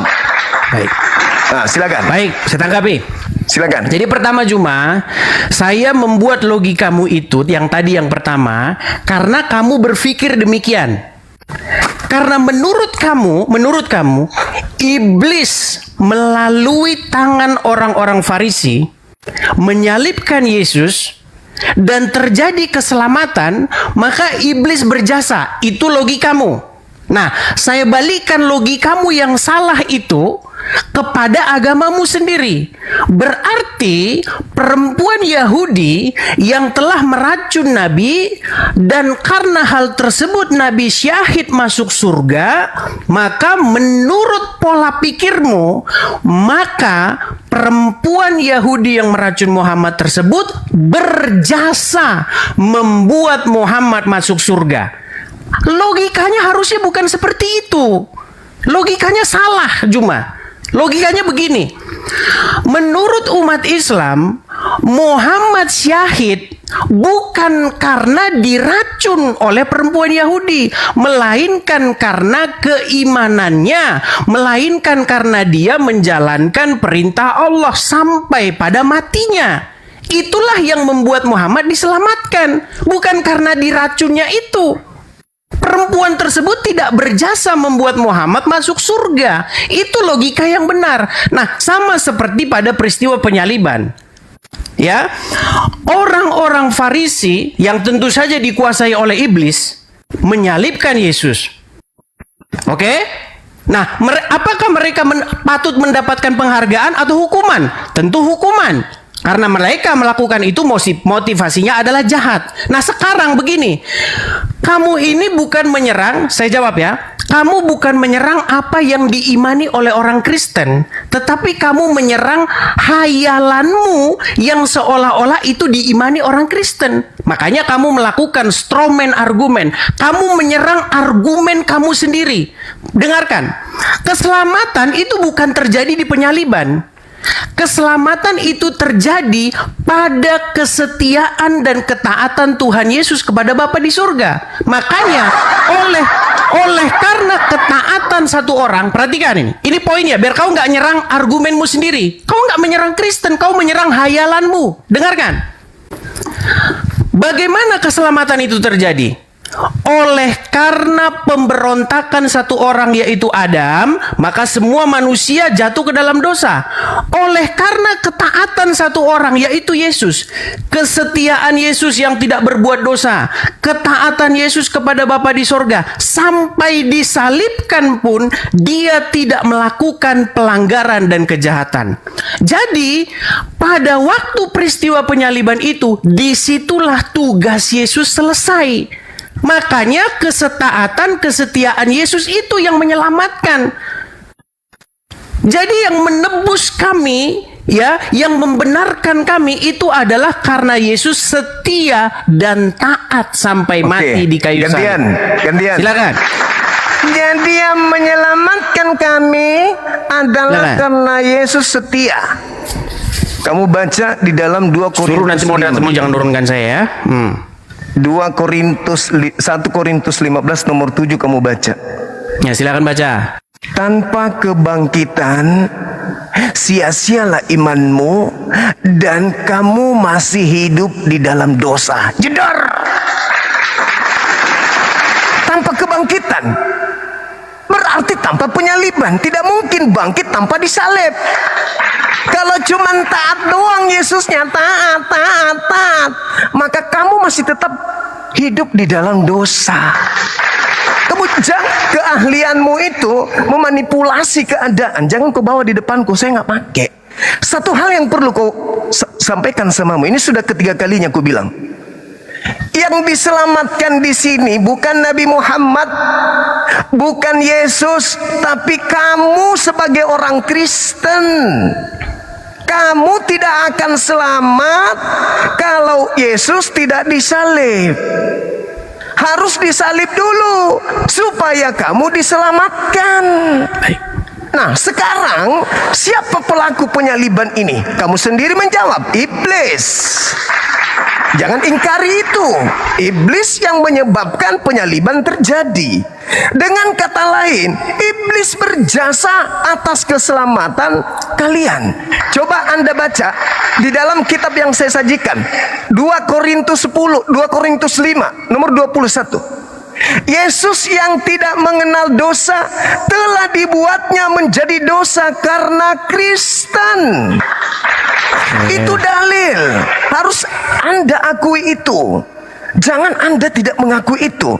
Tanpa iblis, dosa Kristen tidak ditebuskan. Ingat, kamu sendiri mengakui dan viral bahwa rekayasa iblislah sehingga penyaliban itu terjadi.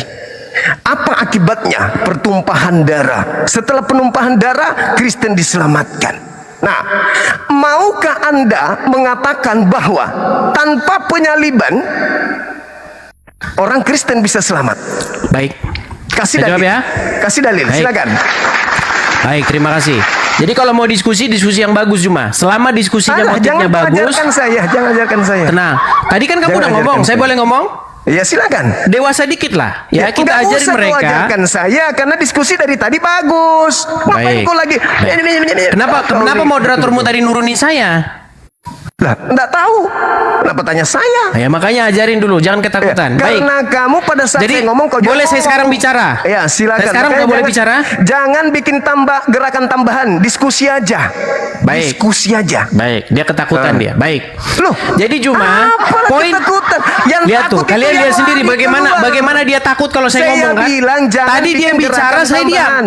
Diam. Tadi dia bicara, saya diam. Diam, Edis, diam. Saya bilang jangan bikin gerakan tambahan. Kita diskusi aja. Sudah cukup Kamu yang bicaranya? lari ke luar negeri karena kau yang takut. Sudah cukup bicaranya? Ya sudah, jangan bikin gerakan tambahan, oke? Sudah bisa saya sekarang bicara? Janji nggak bikin gerakan tambahan? Oke, baik. Fokus Oke, kita. gitu dong. Nah, Silakan. karena kamu takut kalau saya ke situ. Lah Baik. itu gerakan tambahan lagi. Udah bisa sekarang yang saya bicara? takut? Itu yang lari ke luar negeri itu yang takut. Ku bilang jangan. Udah bisa sekarang bikin saya bicara? Jangan bikin gerakan tambahan, ku bilang. Udah bisa bicara sekarang? Jangan bikin gerakan tambahan. Baik. Jadi poin Itu pertama bahwa silakan. iblis berjasa, logika jomplangnya Juma sudah saya patahkan. Logika kedua bahwa di dalam penyaliban terjadi keselamatan itu juga sudah saya patahkan. Sekarang yang ketiga. Poinmu yang ketiga. Saya belum nanya sama kamu nih. Kalau saya nanya sama kamu langsung meninggal nanti. Poin yang ketiga. Kamu bertanya begini.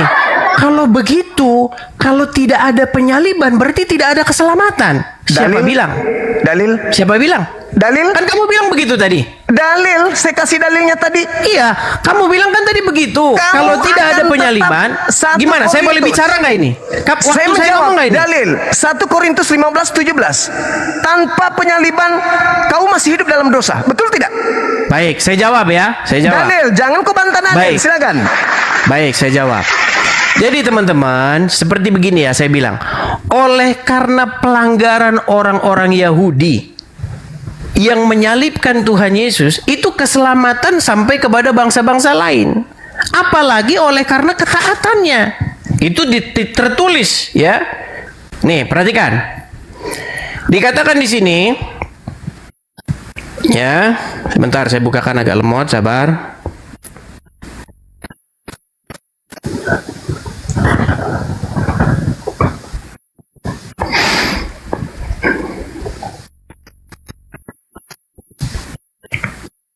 Nih. Di dalam Roma pasal yang ke-11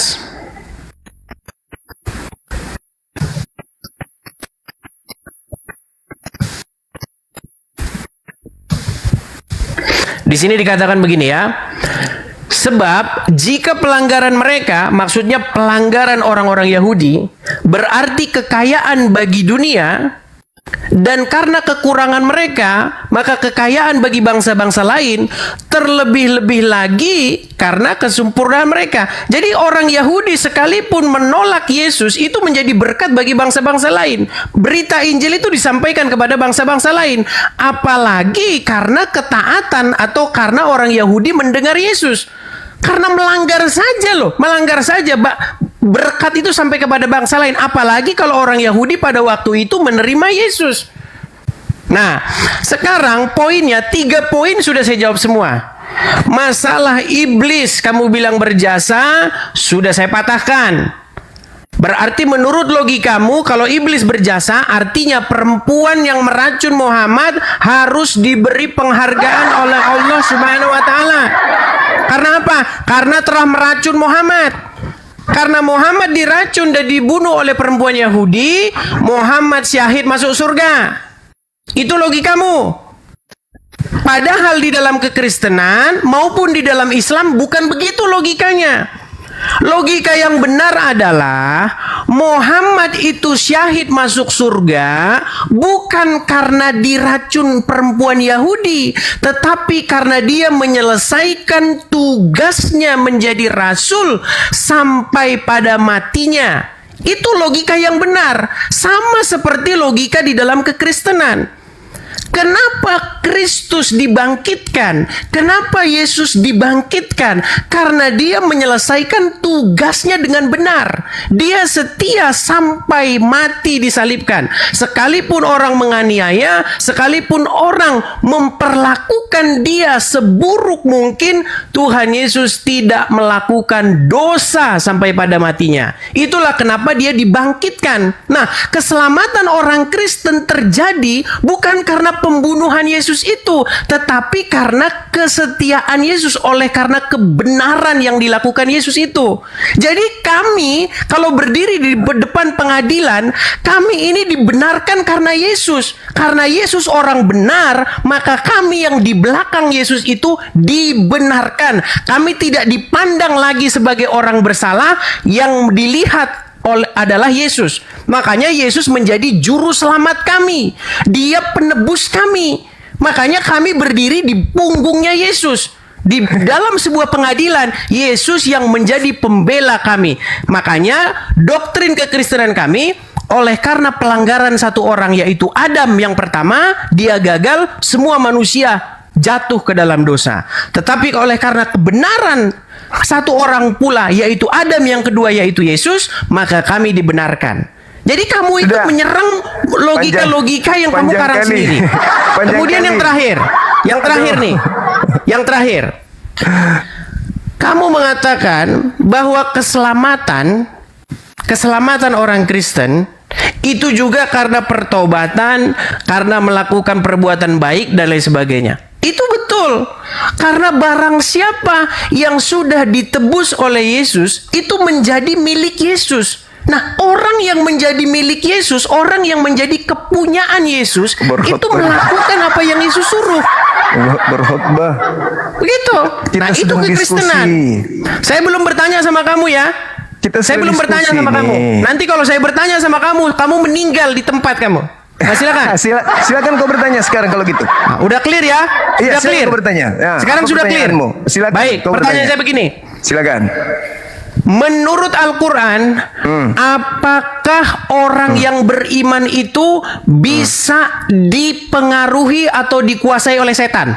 Ya, ini tema.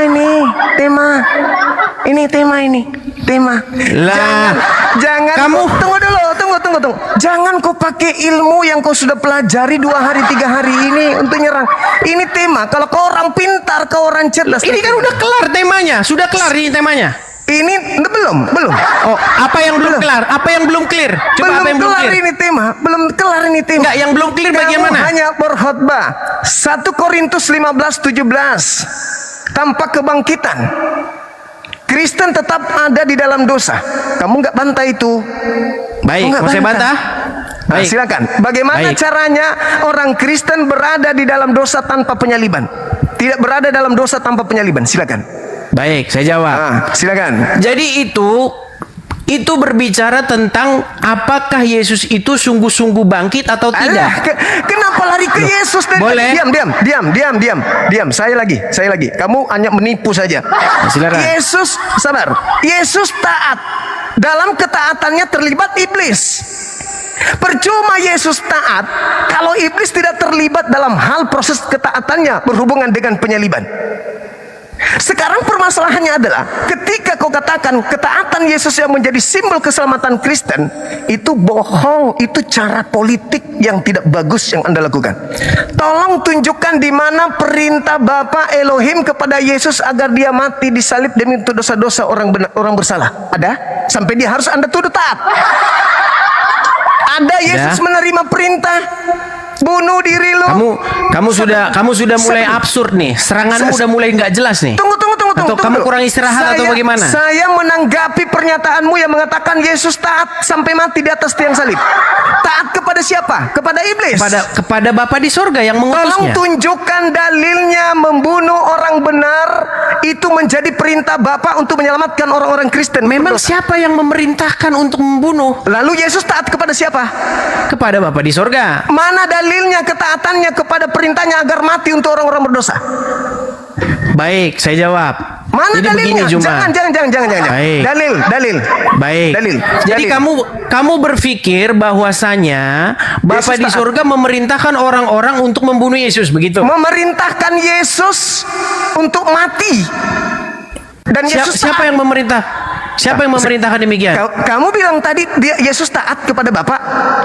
Yesus taat kepada Bapa supaya apa? Melakukan apa yang diperintahkan. Apa yang diperintahkan? Memberitakan kebenaran. Mana perintahnya Bapa untuk mati orang benar ini demi orang berdosa? Mana perintahnya?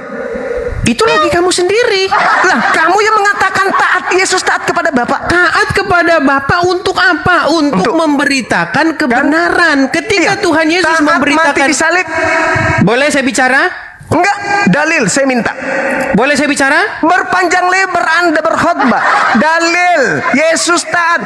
Kami Kristen diselamatkan bukan karena disalib, tapi karena Yesus taat kepada perintah-perintah Bapa. Oke. Yang mau Yesus disalib iblis. Kalau Anda mengatakan diam dulu, berarti Yesus taat ke iblis. Oke, baik. Saya jawab Yesus pertanyaanmu. Tunggu. Yesus taat ke iblis atau Yesus taat ke Bapa Elohim? Baik. Sudah selesai? Kok baik? Jawab dulu. Sudah selesai? Sudah, silakan. Jawab itu ya. Jadi ini logika macam apa ini berpikirnya? Kalau Yesus dibunuh, disalibkan oleh orang-orang Farisi, artinya Yesus taat kepada orang Farisi gitu? Itu logikamu? Tadi kau katakan Yesus taat kepada Bapa.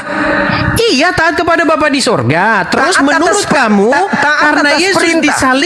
karena Yesus disalibkan oleh orang-orang Farisi yang di belakangnya adalah iblis, berarti Yesus taat kepada iblis. Itu logikamu. Karena mengikuti keinginan iblis. Ya, itu logikamu seperti itu. Lalu baik. Jadi menurutmu karena Muhammad diracun oleh orang Yahudi, berarti Muhammad taat kepada yang meracun? Gitu. Siapa yang mengatakan bahwa Nabi Muhammad taat kepada orang yang diracun? Kan logikamu seperti itu. Menurut logikamu mengatakan tadi bahwasanya logikamu gimana? Cara pikirmu itu loh. Pola pikirmu itu bagaimana? Di depan saya kau nggak laku. Cara-caramu yang menipu umat Islam awam itu nggak laku bagi saya. Kau sudah tahu saya. Itu udah tukang bisu-bisukan moderatormu itu. Kenapa moderatormu ketakutan tukang bisu-bisukan? Diam. Saya memerintahkan. Diam. Ketakutan dia kalau saya ngomong. Saya perintahkan. Dengarkan saya. Edis, dengarkan saya. Mumpung kau lagi di luar negeri, bebas kau berhujat. Dengarkan. Silakan. Kamu membantah keselamatan Kristen karena salib. Dengan mengatakan Yesus itu, kami Kristen tidak selamat karena salib, tapi karena ketaatan Yesus terhadap perintah Bapa. Sedangkan kamu sendiri mengakui penyaliban itu keinginan iblis. Yesus taat terhadap salib.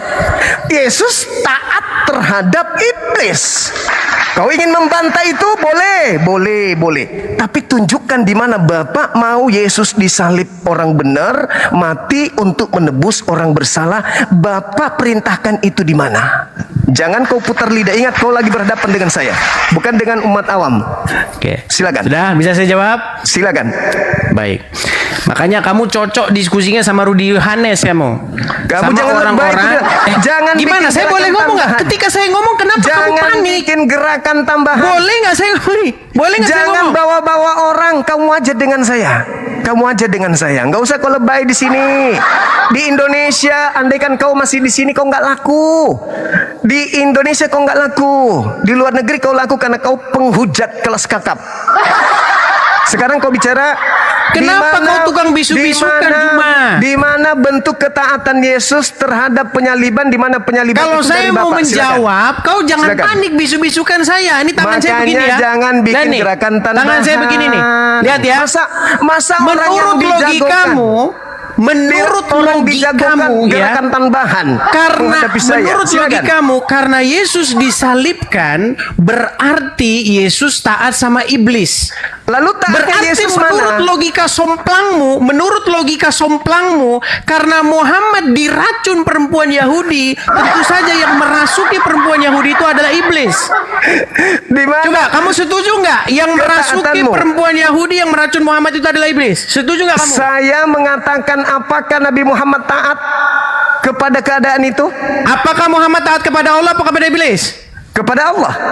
Oke, Ada berarti nggak yang Allah? merasuki Ada nggak Allah? perempuan Dengar. Yahudi untuk Ada meracun tidak Muhammad Allah memerintahkan? itu adalah iblis Ada atau nggak Allah? Allah? Ada nggak Allah merintahkan kepada senap untuk meracun? Oke, ada nggak Tuhan memerintahkan iblis untuk menyalib Yesus? Tidak ada. Ya tidak ada. Terus kenapa kamu berpikir seperti itu? Terus faktanya Yesus disalib. Ayo. Oke. Berarti Terus iblis masalahnya di berhasil. mana? Masalahnya di mana? Iblis berhasil menyalib atau tidak? Berhasil. Apakah Bapak mau Yesus disalib? Tidak. Berarti penyaliban ini ketaatan Yesus terhadap siapa? Kepada Bapa di sorga. Berarti Bapak yang mau dia disalib? Bapa di sorga memerintahkan Yesus supaya jangan lari dari penyaliban itu. Di mana dalilnya? Hadapi penyaliban itu. Jangan kabur. Dalil. Baik. Ketika Tuhan Yesus berdoa di Taman Getsemani, apa yang Tuhan Yesus inginkan? Ya Bapa, jikalau engkau mau, lalukanlah cawan ini daripadaku. Tetapi bukan kehendakku yang terjadi, melainkan kehendakmu. Apa kehendak Bapa di sorga? Kehendak Bapa di sorga adalah supaya Tuhan Yesus terus memberitakan kebenaran, sekalipun diancam mau dibunuh, sekalipun diancam mau disalibkan, Mana dalilnya? Boleh saya ngomong? Mana dalilnya? Bahwa Keseluruhan Injil itu dalilnya. Keseluruhan Injil itu dalilnya. Di mana di situ Tuhan Yesus memberitakan kebenaran. Hai ahli-ahli Taurat dan orang-orang Farisi, hai ular-ular berludak, dan seterusnya. Ketika Tuhan Yesus memberitakan kebenaran, orang-orang Yahudi ahli Taurat itu mengancam akan membunuh Yesus. Apakah Tuhan Yesus berhenti? Tidak. Apakah Tuhan Yesus takut? Baca seluruh Injil. Masa begitu? Baca seluruh Al-Quran. Ya sudah, Juma. Intinya poin pertama, poin ke-1, poin kedua sudah saya bantah dari kamu. Iya, bantah kosong. Giliran saya bertanya, kamu sanggup nggak kalau saya bertanya? Bantah kosong. Kalau saya bertanya, kamu sanggup nggak? Bantah kosong. Kalau saya bertanya, Bantah, malu dia, malu. Bantah kosong. Tengoklah teman-teman. Dia mau bertanya. Kenapa dia mau bertanya? Karena dia sudah terjebak dengan kebodohannya sendiri. Dia mengatakan bahwasanya Yesus, orang Kristen, diselamatkan bukan karena penyaliban, tapi karena taat kepada Bapa. Mana perintah Bapa agar Yesus disalib? Sampai Yesus tidak kemudian lari dari penyaliban. Ada perintahnya? Tidak ada perintahnya. Dengan kata lain, kalau dia memaksakan keadaan itu, artinya Yesus taat kepada iblis. Maka tema ini menghasilkan bahwa orang Kristen harus berterima kasih kepada titik-titik S. Sebab ternyata Yesus pun taat kepada yang menginginkan penyaliban, yaitu iblis. Gimana teman-teman? Sudah lihat? Sudah lihat kemampuan Edis? Kalau berbicara Bible, sudah lihat kemampuannya? Kalian sudah pelototin apa yang Anda saksikan? Kalau Edis bahasa agamanya, sudah lihat? Halo Zuma. Sabar, sedikit lagi. Saya mengatakan kepada saudara, Edis cuma jago menghujat. Dia hanya bagus narasinya kalau membahas Al-Quran sesuai versi pengetahuannya minim. Kalau dia uli-uli terjemahan, situ dibahas, lalu kemudian ditafsirkan seenak perutnya, barulah sakti kelihatannya. Tapi kalau membahas hal yang mendasar di akidahnya, hancur lebur. Malah ingat teman-teman, Edis sampai pada kesimpulan bahwa orang Kristen tidak diselamatkan karena penyaliban, tetapi orang Kristen diselamatkan karena ketaatan Yesus. Ketaatan kepada siapa? Ketaatan kepada siapa? Siapa yang menginginkan penyaliban sampai dia taat untuk disalib? Subhanallah. Ternyata Iblis menyimpulkan bahwa Yesus taat kepada keinginan iblis untuk disalibkan.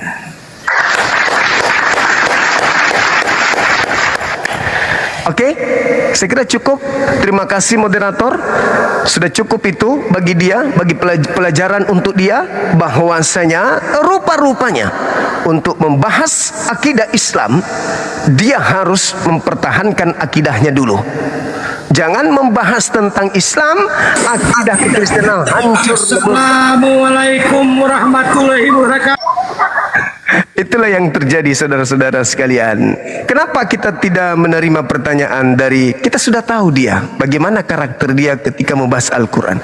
Hanya mengolok-olok, hanya memframing, dan dia ngotot mempertahankan keyakinannya sendiri dengan taklid buta. Waliyatazakkara ulul albab. Hanya orang berakal yang bisa sampai kepada Al-Quran. Untuk apa kita bahas tentang Al-Quran bersama dengan orang yang hanya mengolok-olok Al-Quran? Berarti kita termasuk mengolok-olok Al-Quran kalau kita membiarkan para pengolok penghujat Al-Quran membahas Kitabullah. Oke?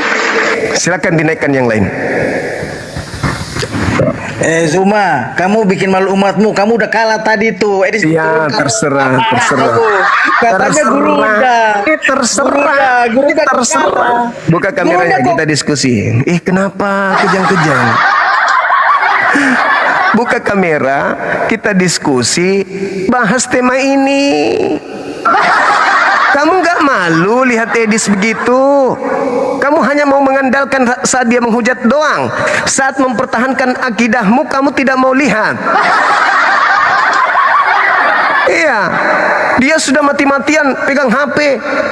Tidak ada dalil. Bahas Bible tak ada dalil.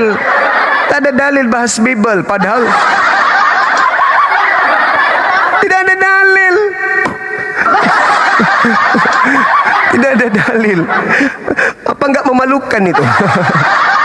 Tidak ada dalil satupun.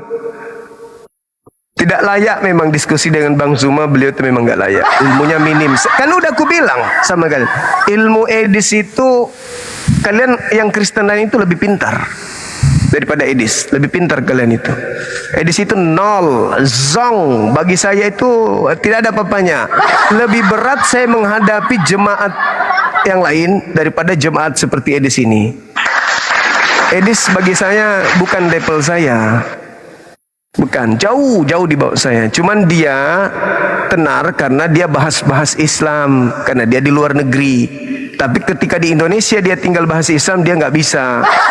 Kenapa dia nggak bisa? Karena nggak ada ilmu. Kalau saya berbicara mengenai Kristen karena saya paham ilmunya. Saya tidak perlu lari ke luar negeri. Kalian tinggal laporkan saya kalau saya ada salah gitu. Tinggal laporkan aja kalau memang saya salah di dalam menjelaskan isi Bible kalian itu. Kalau Edis sudah pasti salah karena dia nggak tahu Al-Quran, tapi coba membahas Al-Quran dengan ilmu taklek buta gitu. Oke, kalian sudah lihat kan kapasitasnya seperti apa? Silakan. Halo. Ya, halo juga. Silakan buka kamera, Mbak.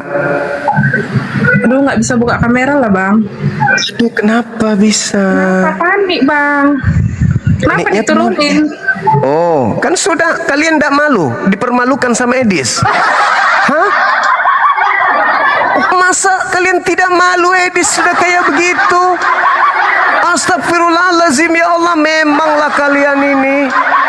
Masa nggak malu? Edis yang kalian jagokan cuman modal kayak gitu doang. Hah?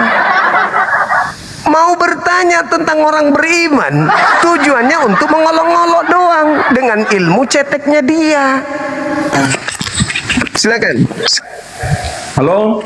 Yes, silakan, Bang. Ya.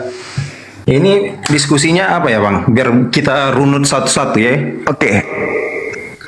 Terkait dengan pembunuhan terhadap Yesus itu, menurut Elohim, apakah boleh membunuh Yesus? Menurut Elohim. Kalau tadi Edis, dia mengatakan bahwa ketaatannya Yesus yang menyelamatkan Kristen, berarti taat kepada yang menyalib Yesus. Silakan. Silakan, Bang. Ya, pertanyaannya itu kan sederhana ya kan, Bang? Pertanyaannya boleh nggak? Siap. Iya kan? Ya, betul. Siap. Ya. Sebelumnya biar fair gitu ya kan, Bang. Jadi biar Abang dapat jawaban. Jadi ini versi aku ya, Bang. Kalau kita mengikuti mulai dari zaman Perjanjian Lama, mulai dari kitab Yesaya, siap, ya, ya, mulai dari kitab Yesaya sudah tampak bahwa Yesus itu adalah sosok yang telah dijanjikan. Sudah sampai situ kita bisa sepaham, Bang, bahwa Yesus adalah sosok yang telah dijanjikan sejak para zaman Nabi. Ya, terus maka bisa kita lihat bahwa korelasi Yesus dengan hukum keyahudian, dia kenapa bisa tahu tentang kitab para nabi? Karena dia adalah sebelumnya berlatar belakang sebagai seorang Yahudi, ya kan? Nah, berangkat dari situlah maka Yesus itu adalah Mesias yang telah dijanjikan sejak zaman para nabi. Maka kehadiran Yesus itu adalah bentuk tunduknya dia kepada Allah yang menyuruh dia. Nah, di mana kita bisa melihat itu? Sama seperti yang dikatakan tadi, kalau kami orang Kristen tidak mengenal apa nama dalil, tapi kami mengenal itu adalah ini, Alkitab. Sudah? Nah, yang penting kita ketahui itu ya, Bang, kami orang Kristen, kami tidak disuruh sebagai penghafal kitab, tetapi kami disuruh sebagai penghayat firman Tuhan, ya. Jadi yang bisa aku share untuk Abang ya, kami lebih Alkitab itu kami imani sebagai Allah yang berbicara langsung. Sudah, Bang? Jadi hubungannya dengan tema kita khotbah Anda ini ya, Bang? Ya. Terus hubungannya dengan itu adalah bahwa Yesus itu memang benar-benar harus mati dibunuh, bukan karena iblis. Tadi Abang kan bilangnya Yesus tunduk kepada iblis. Mana dalilnya? Tidak ada dalil. Kita berbicara yang tertulis. Kita berbicara yang tertulis. Iya, mana tertulis di mana? Dalil itu tertulis di mana? Silakan. Iya, silakan. Jadi sudah kasih teman-teman kalau di kita YouTube. membaca Ya, dari Injil itu sendiri bahwa benar-benar Yesus itu kita lihat dari Matius ya. Enggak. Anda berbicara mengenai pencipta langit dan bumi yang menginginkan orang benar mati untuk kalian orang-orang berdosa. Mana firman Tuhannya? Bahwa Yesus dinubuatkan datang untuk mati menyelamatkan orang-orang berdosa, itu di mana Tuhan berfirman seperti itu? Kan cuma iblis yang punya pekerjaan penyaliban itu. Tadi saya tanya Edis, katanya tidak ada. Dari Elohim tak ada. Yang menginginkan bukan Elohim. Berarti tidak ada nubuatan dari Elohim. Yang menginginkan iblis. Berarti bukan Tuhan yang menginginkan, tapi iblis. Gimana dong? Edis akui itu. Oke, Bang. Kalaupun memang Abang lebih tahu menurut Abang tentang Alkitab kami, coba berikan. Kenapa Abang bertahan mengatakan iblis yang menjadi dalang penyaliban? 1 Keluaran 23 nomor 7 nomor 8. Saya hafal dan saya paham. Kamu tidak hafal dan tidak paham. Kamu yang punya Bible. Go ahead. Kamu oke. Nah, di situ Tuhan mengatakan, jangan kau membunuh orang yang benar. Jangan kau membunuh orang yang tidak bersalah. Sebab aku Tuhan tidak akan membenarkan orang Kristen.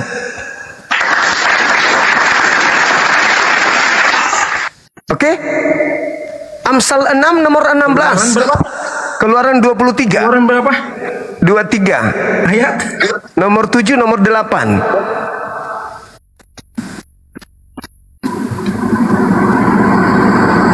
Abang nggak salah baca itu? Tidak.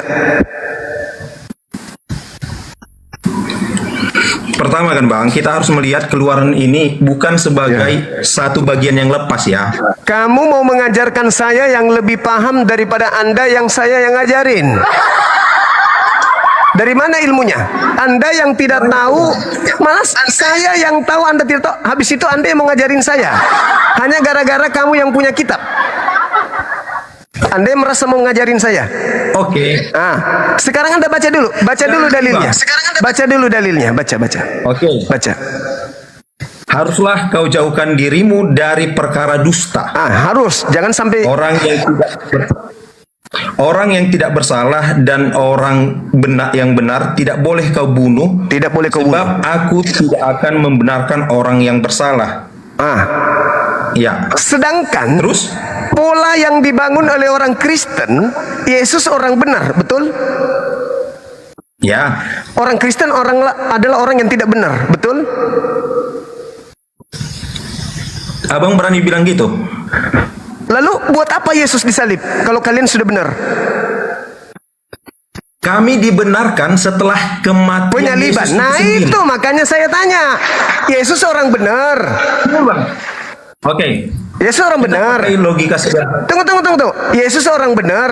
Tadinya orang Kristen adalah orang yang tidak benar. Betul? Bukan kita. Gini Bang, kami disebut Kristen setelah Yesus disalibkan dan itu adalah puncak keselamatan. Iya, dengarkan saya. IQ-nya pakai. Yesus orang benar, Kristen orang yang tidak benar. Orang benar ini dibunuh untuk menyelamatkan orang yang tidak benar. Betul? Ya, kalau berarti Kristen tadi adalah orang yang tidak benar. Nah, sekarang dalilnya dusta. Kau harus menjauhkan dirimu dari dusta. Orang benar tidak boleh kau bunuh. Orang yang tidak bersalah tidak boleh kau bunuh. Sebab aku Tuhan tidak akan membenarkan orang Kristen. Orang yang bersalah. Ini Bang, kitab Keluaran ini adalah isi khotbah Musa kepada orang Israel. Nah, sekarang kamu baca. Jangan ajarin saya. Anda baca Lukas 24 nomor 44. Aku Yesus berkata kepadamu bahwa aku memang harus pergi meninggalkan bumi sesuai dengan apa yang telah tertulis tentang aku di dalam kitab Taurat. Jangan berkhotbah di sini. Berarti harus merujuk kepada Taurat. Keluaran kitab Taurat atau bukan? Oke. Yesus tidak mengatakan aku harus pergi dengan apa yang tertulis di Perjanjian Baru, tapi di Taurat. Di Taurat, Tuhan tidak membenarkan orang yang bersalah, apalagi sampai membunuh orang benar. Berarti kesalahan fatal dalam agama saudara, karena konsep orang benar menebus orang yang tidak benar. Itu sudah tidak benar. Oke. Begini, Bang. Silakan. Misal, kalau kita di suatu peradilan, ya, di suatu peradilan, kita di peradilan itu adalah orang yang diletakkan sebagai orang bersalah. Maka siapa yang bisa membela kau adalah orang yang benar. Tidak mungkin sesama penjahat membela penjahat. Maka kita butuh orang benar untuk membela kita. Oke, baik. Ya kan? Sampai sini. Orang yang tidak bersalah ini dituduh membunuh. Lalu kemudian ada yang membela orang yang tidak membunuh ini dengan cara dibunuh. Sekarang pembelaan macam apa ini? Pembelaan macam apa? Orang yang tidak bersalah dibela dengan orang benar dengan cara membunuh pembelanya. Bagaimana ceritanya? Analogi Anda itu hancur berantakan, sama seperti Edis. Gini ya, Bang. Ya. Abang berbicara, aku mendengar. Oke. Jadi kalau kita membaca sejarah perkembangan ilmu pengetahuan ya, Bang ya. Dulu saya lupa Galileo Galilei, dia dihukum. Dia dihukum karena dia menganggap bahwa bumi mengelilingi bulan. Dia dihukum mati. Tetapi setelah ilmu berkembang, barulah didapati ternyata bulan yang mengelilingi bumi. Nah, sama seperti itu, Bang. Pada zaman itu, orang Yahudi membunuh Yesus karena ketidakpahaman mereka. Nah, kalau sekarang kami orang Kristen ini, setelah kami menerima pengajaran, kami barulah mengerti. Oh, ternyata ini nubuatan mulai dari Kejadian sampai Wahyu. Bentar. Oke. Ini dibatasi 10 menit. Ini gimana solusinya nih, teman-teman? Kok bisa ada pembatasan? Sabar dulu. Ada pembatasan live saya 10 menit. Kenapa bisa, teman-teman? Di mana solusinya nih? Live abang nggak tahan dengan kebenaran ini, Bang. Gimana? Oh, nggak apa-apa. Oh, iya. Lanjut. Silakan. Ini, Bang. Udah. Kalau Alkitab ini menceritakan 90% tentang cara Allah memperbaiki kesalahan Adam dan Hawa. Hubungannya dengan yang tadi materinya apa? Apakah Tuhan membolehkan membunuh orang benar? Tidak. Bukan konsep. Berarti Yesus tidak boleh dibunuh? Bang, gini ya, kayak mana bilang sama abang ini ya? Lah, Yesus boleh dibunuh nggak menurut gini Tuhan? Ya, Bang. Menurut Tuhan boleh nggak Yesus dibunuh? Itu sudah dinubuatkan. Berarti boleh. Sebagai korban pendamaian. Berarti boleh. Itu sudah dinubuatkan. Berarti boleh. Atau itu hanya alasan kalian? Itu sudah dinubuatkan. Itu sudah dinubuatkan. Boleh. Ya. Boleh dibunuh orang benar. Itu kehendak Bapa, maka kehendak Bapa tadi. Apa nggak cukup Keluaran 23 tadi kehendak Bapa jangan kau bunuh orang benar, itu kehendak Bapa? Tidak, Bang. Kenapa dibilang orang benar? Bahwa sekumpulan orang Israel itu mereka harus dikasih arahan agar mereka melindungi sesama mereka. Loh, itu orang benar tidak boleh dibunuh kalau dilanggar dosa. Pertanyaannya saya kepada saudara, siapa yang menginginkan pembunuhan terhadap orang benar, termasuk iblis, mau agar Adam dan keturunannya dibunuh? Itu keinginan iblis atau keinginan Tuhan? Orang benar dibunuh. Oke bang, udah. Jadi gini bang. Loh, Anda menyepelekan pertanyaan saya. Yang Yesus itu. Dengar dulu, Ya, dengar. aku ini menjawab. Dengar dulu, saya singkatkan. Iblis tahu kalau Adam makan buah pengetahuan maka dia mati. Hari itu juga Iblis tahu. Maka Iblis mau Adam mati. Sehingga Iblis datang menipu. Maka apa yang terjadi? Adam mati. Sekarang Tuhan melarang membunuh orang yang benar. Apa upaya iblis? Memutarbalikkan itu. Bunuhlah orang benar, supaya kamu hidup. Cara iblis kepada Adam dan cara iblis terhadap Yesus itu berulang. Siapa yang membunuh Yesus menyebabkan manusia masuk ke dalam dosa, bukan manusia selamat dari dosa. Karena ada perintah, jangan kau membunuh orang yang tidak bersalah. Nah, menurut saudara, siapa yang mau Yesus disalib? Elohim atau iblis? Itu adalah kehendak Bapa. Berarti Bapak yang mau. Tidak ada Tolong di dalil. dalam narasi ini. Tolong kasih dalil. Di mana Bapak mau membunuh orang benar demi menyelamatkan orang Kristen, orang berdosa? Silakan. Dalil. Gini ya bang. Atau yang tadi aja dirubah bunyinya. Keluaran 23 itu dirubah aja lagi, direvisi. Bunuhlah orang yang bersalah, yang benar. Bunuhlah orang yang benar, bunuhlah orang yang tidak bersalah, sebab aku Tuhan akan menyelamatkan orang bersalah, yaitu Kristen. Gitu. Kita rubah ya. Boleh? Keluaran 23 itu tidak merujuk kepada Yesus. Yesus merujuk ke situ. Lukas 24:44. Yesusnya yang merujuk ke Taurat. Lukas 24 nomor 44. Harus digenapi apa yang tertulis tentang aku di dalam Taurat. Aku orang benar. Apa kata Taurat tentang orang benar? Boleh dibunuh atau tidak boleh? Oke, bang. Gini ya bang. Di sini kalau memang ayat itu merujuk kepada Keluaran, dia di bawahnya ada catatan kaki. Di sini tidak ada sama sekali Lukas 24 ayat 44 tidak ada merujuk kepada. Itu kitab Anda. Itu bukan kitabnya Yahudi. Tunjukkan sama saya kalau memang Anda mempelajarinya. Ya, kitabnya Yahudi yang Anda baca tadi apa? Boleh nggak membunuh orang benar? Abang kan kekeh, udah. Abang kan kekeh bahwa Lukas 24 ayat 44 ini merujuk kepada Keluaran tadi. Tetapi di sini catatan Yesus tidak merujuk ke situ. Coba Anda bacakan ke saya Lukas 24 nomor 44. Bacakan ke saya.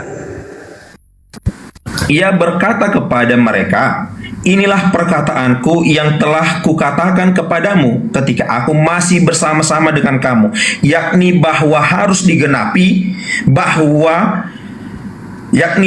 harus digenapi semua yang ada tertulis tentang aku dalam kitab Taurat Musa dan kitab nabi-nabi dan kitab Mazmur. Ya?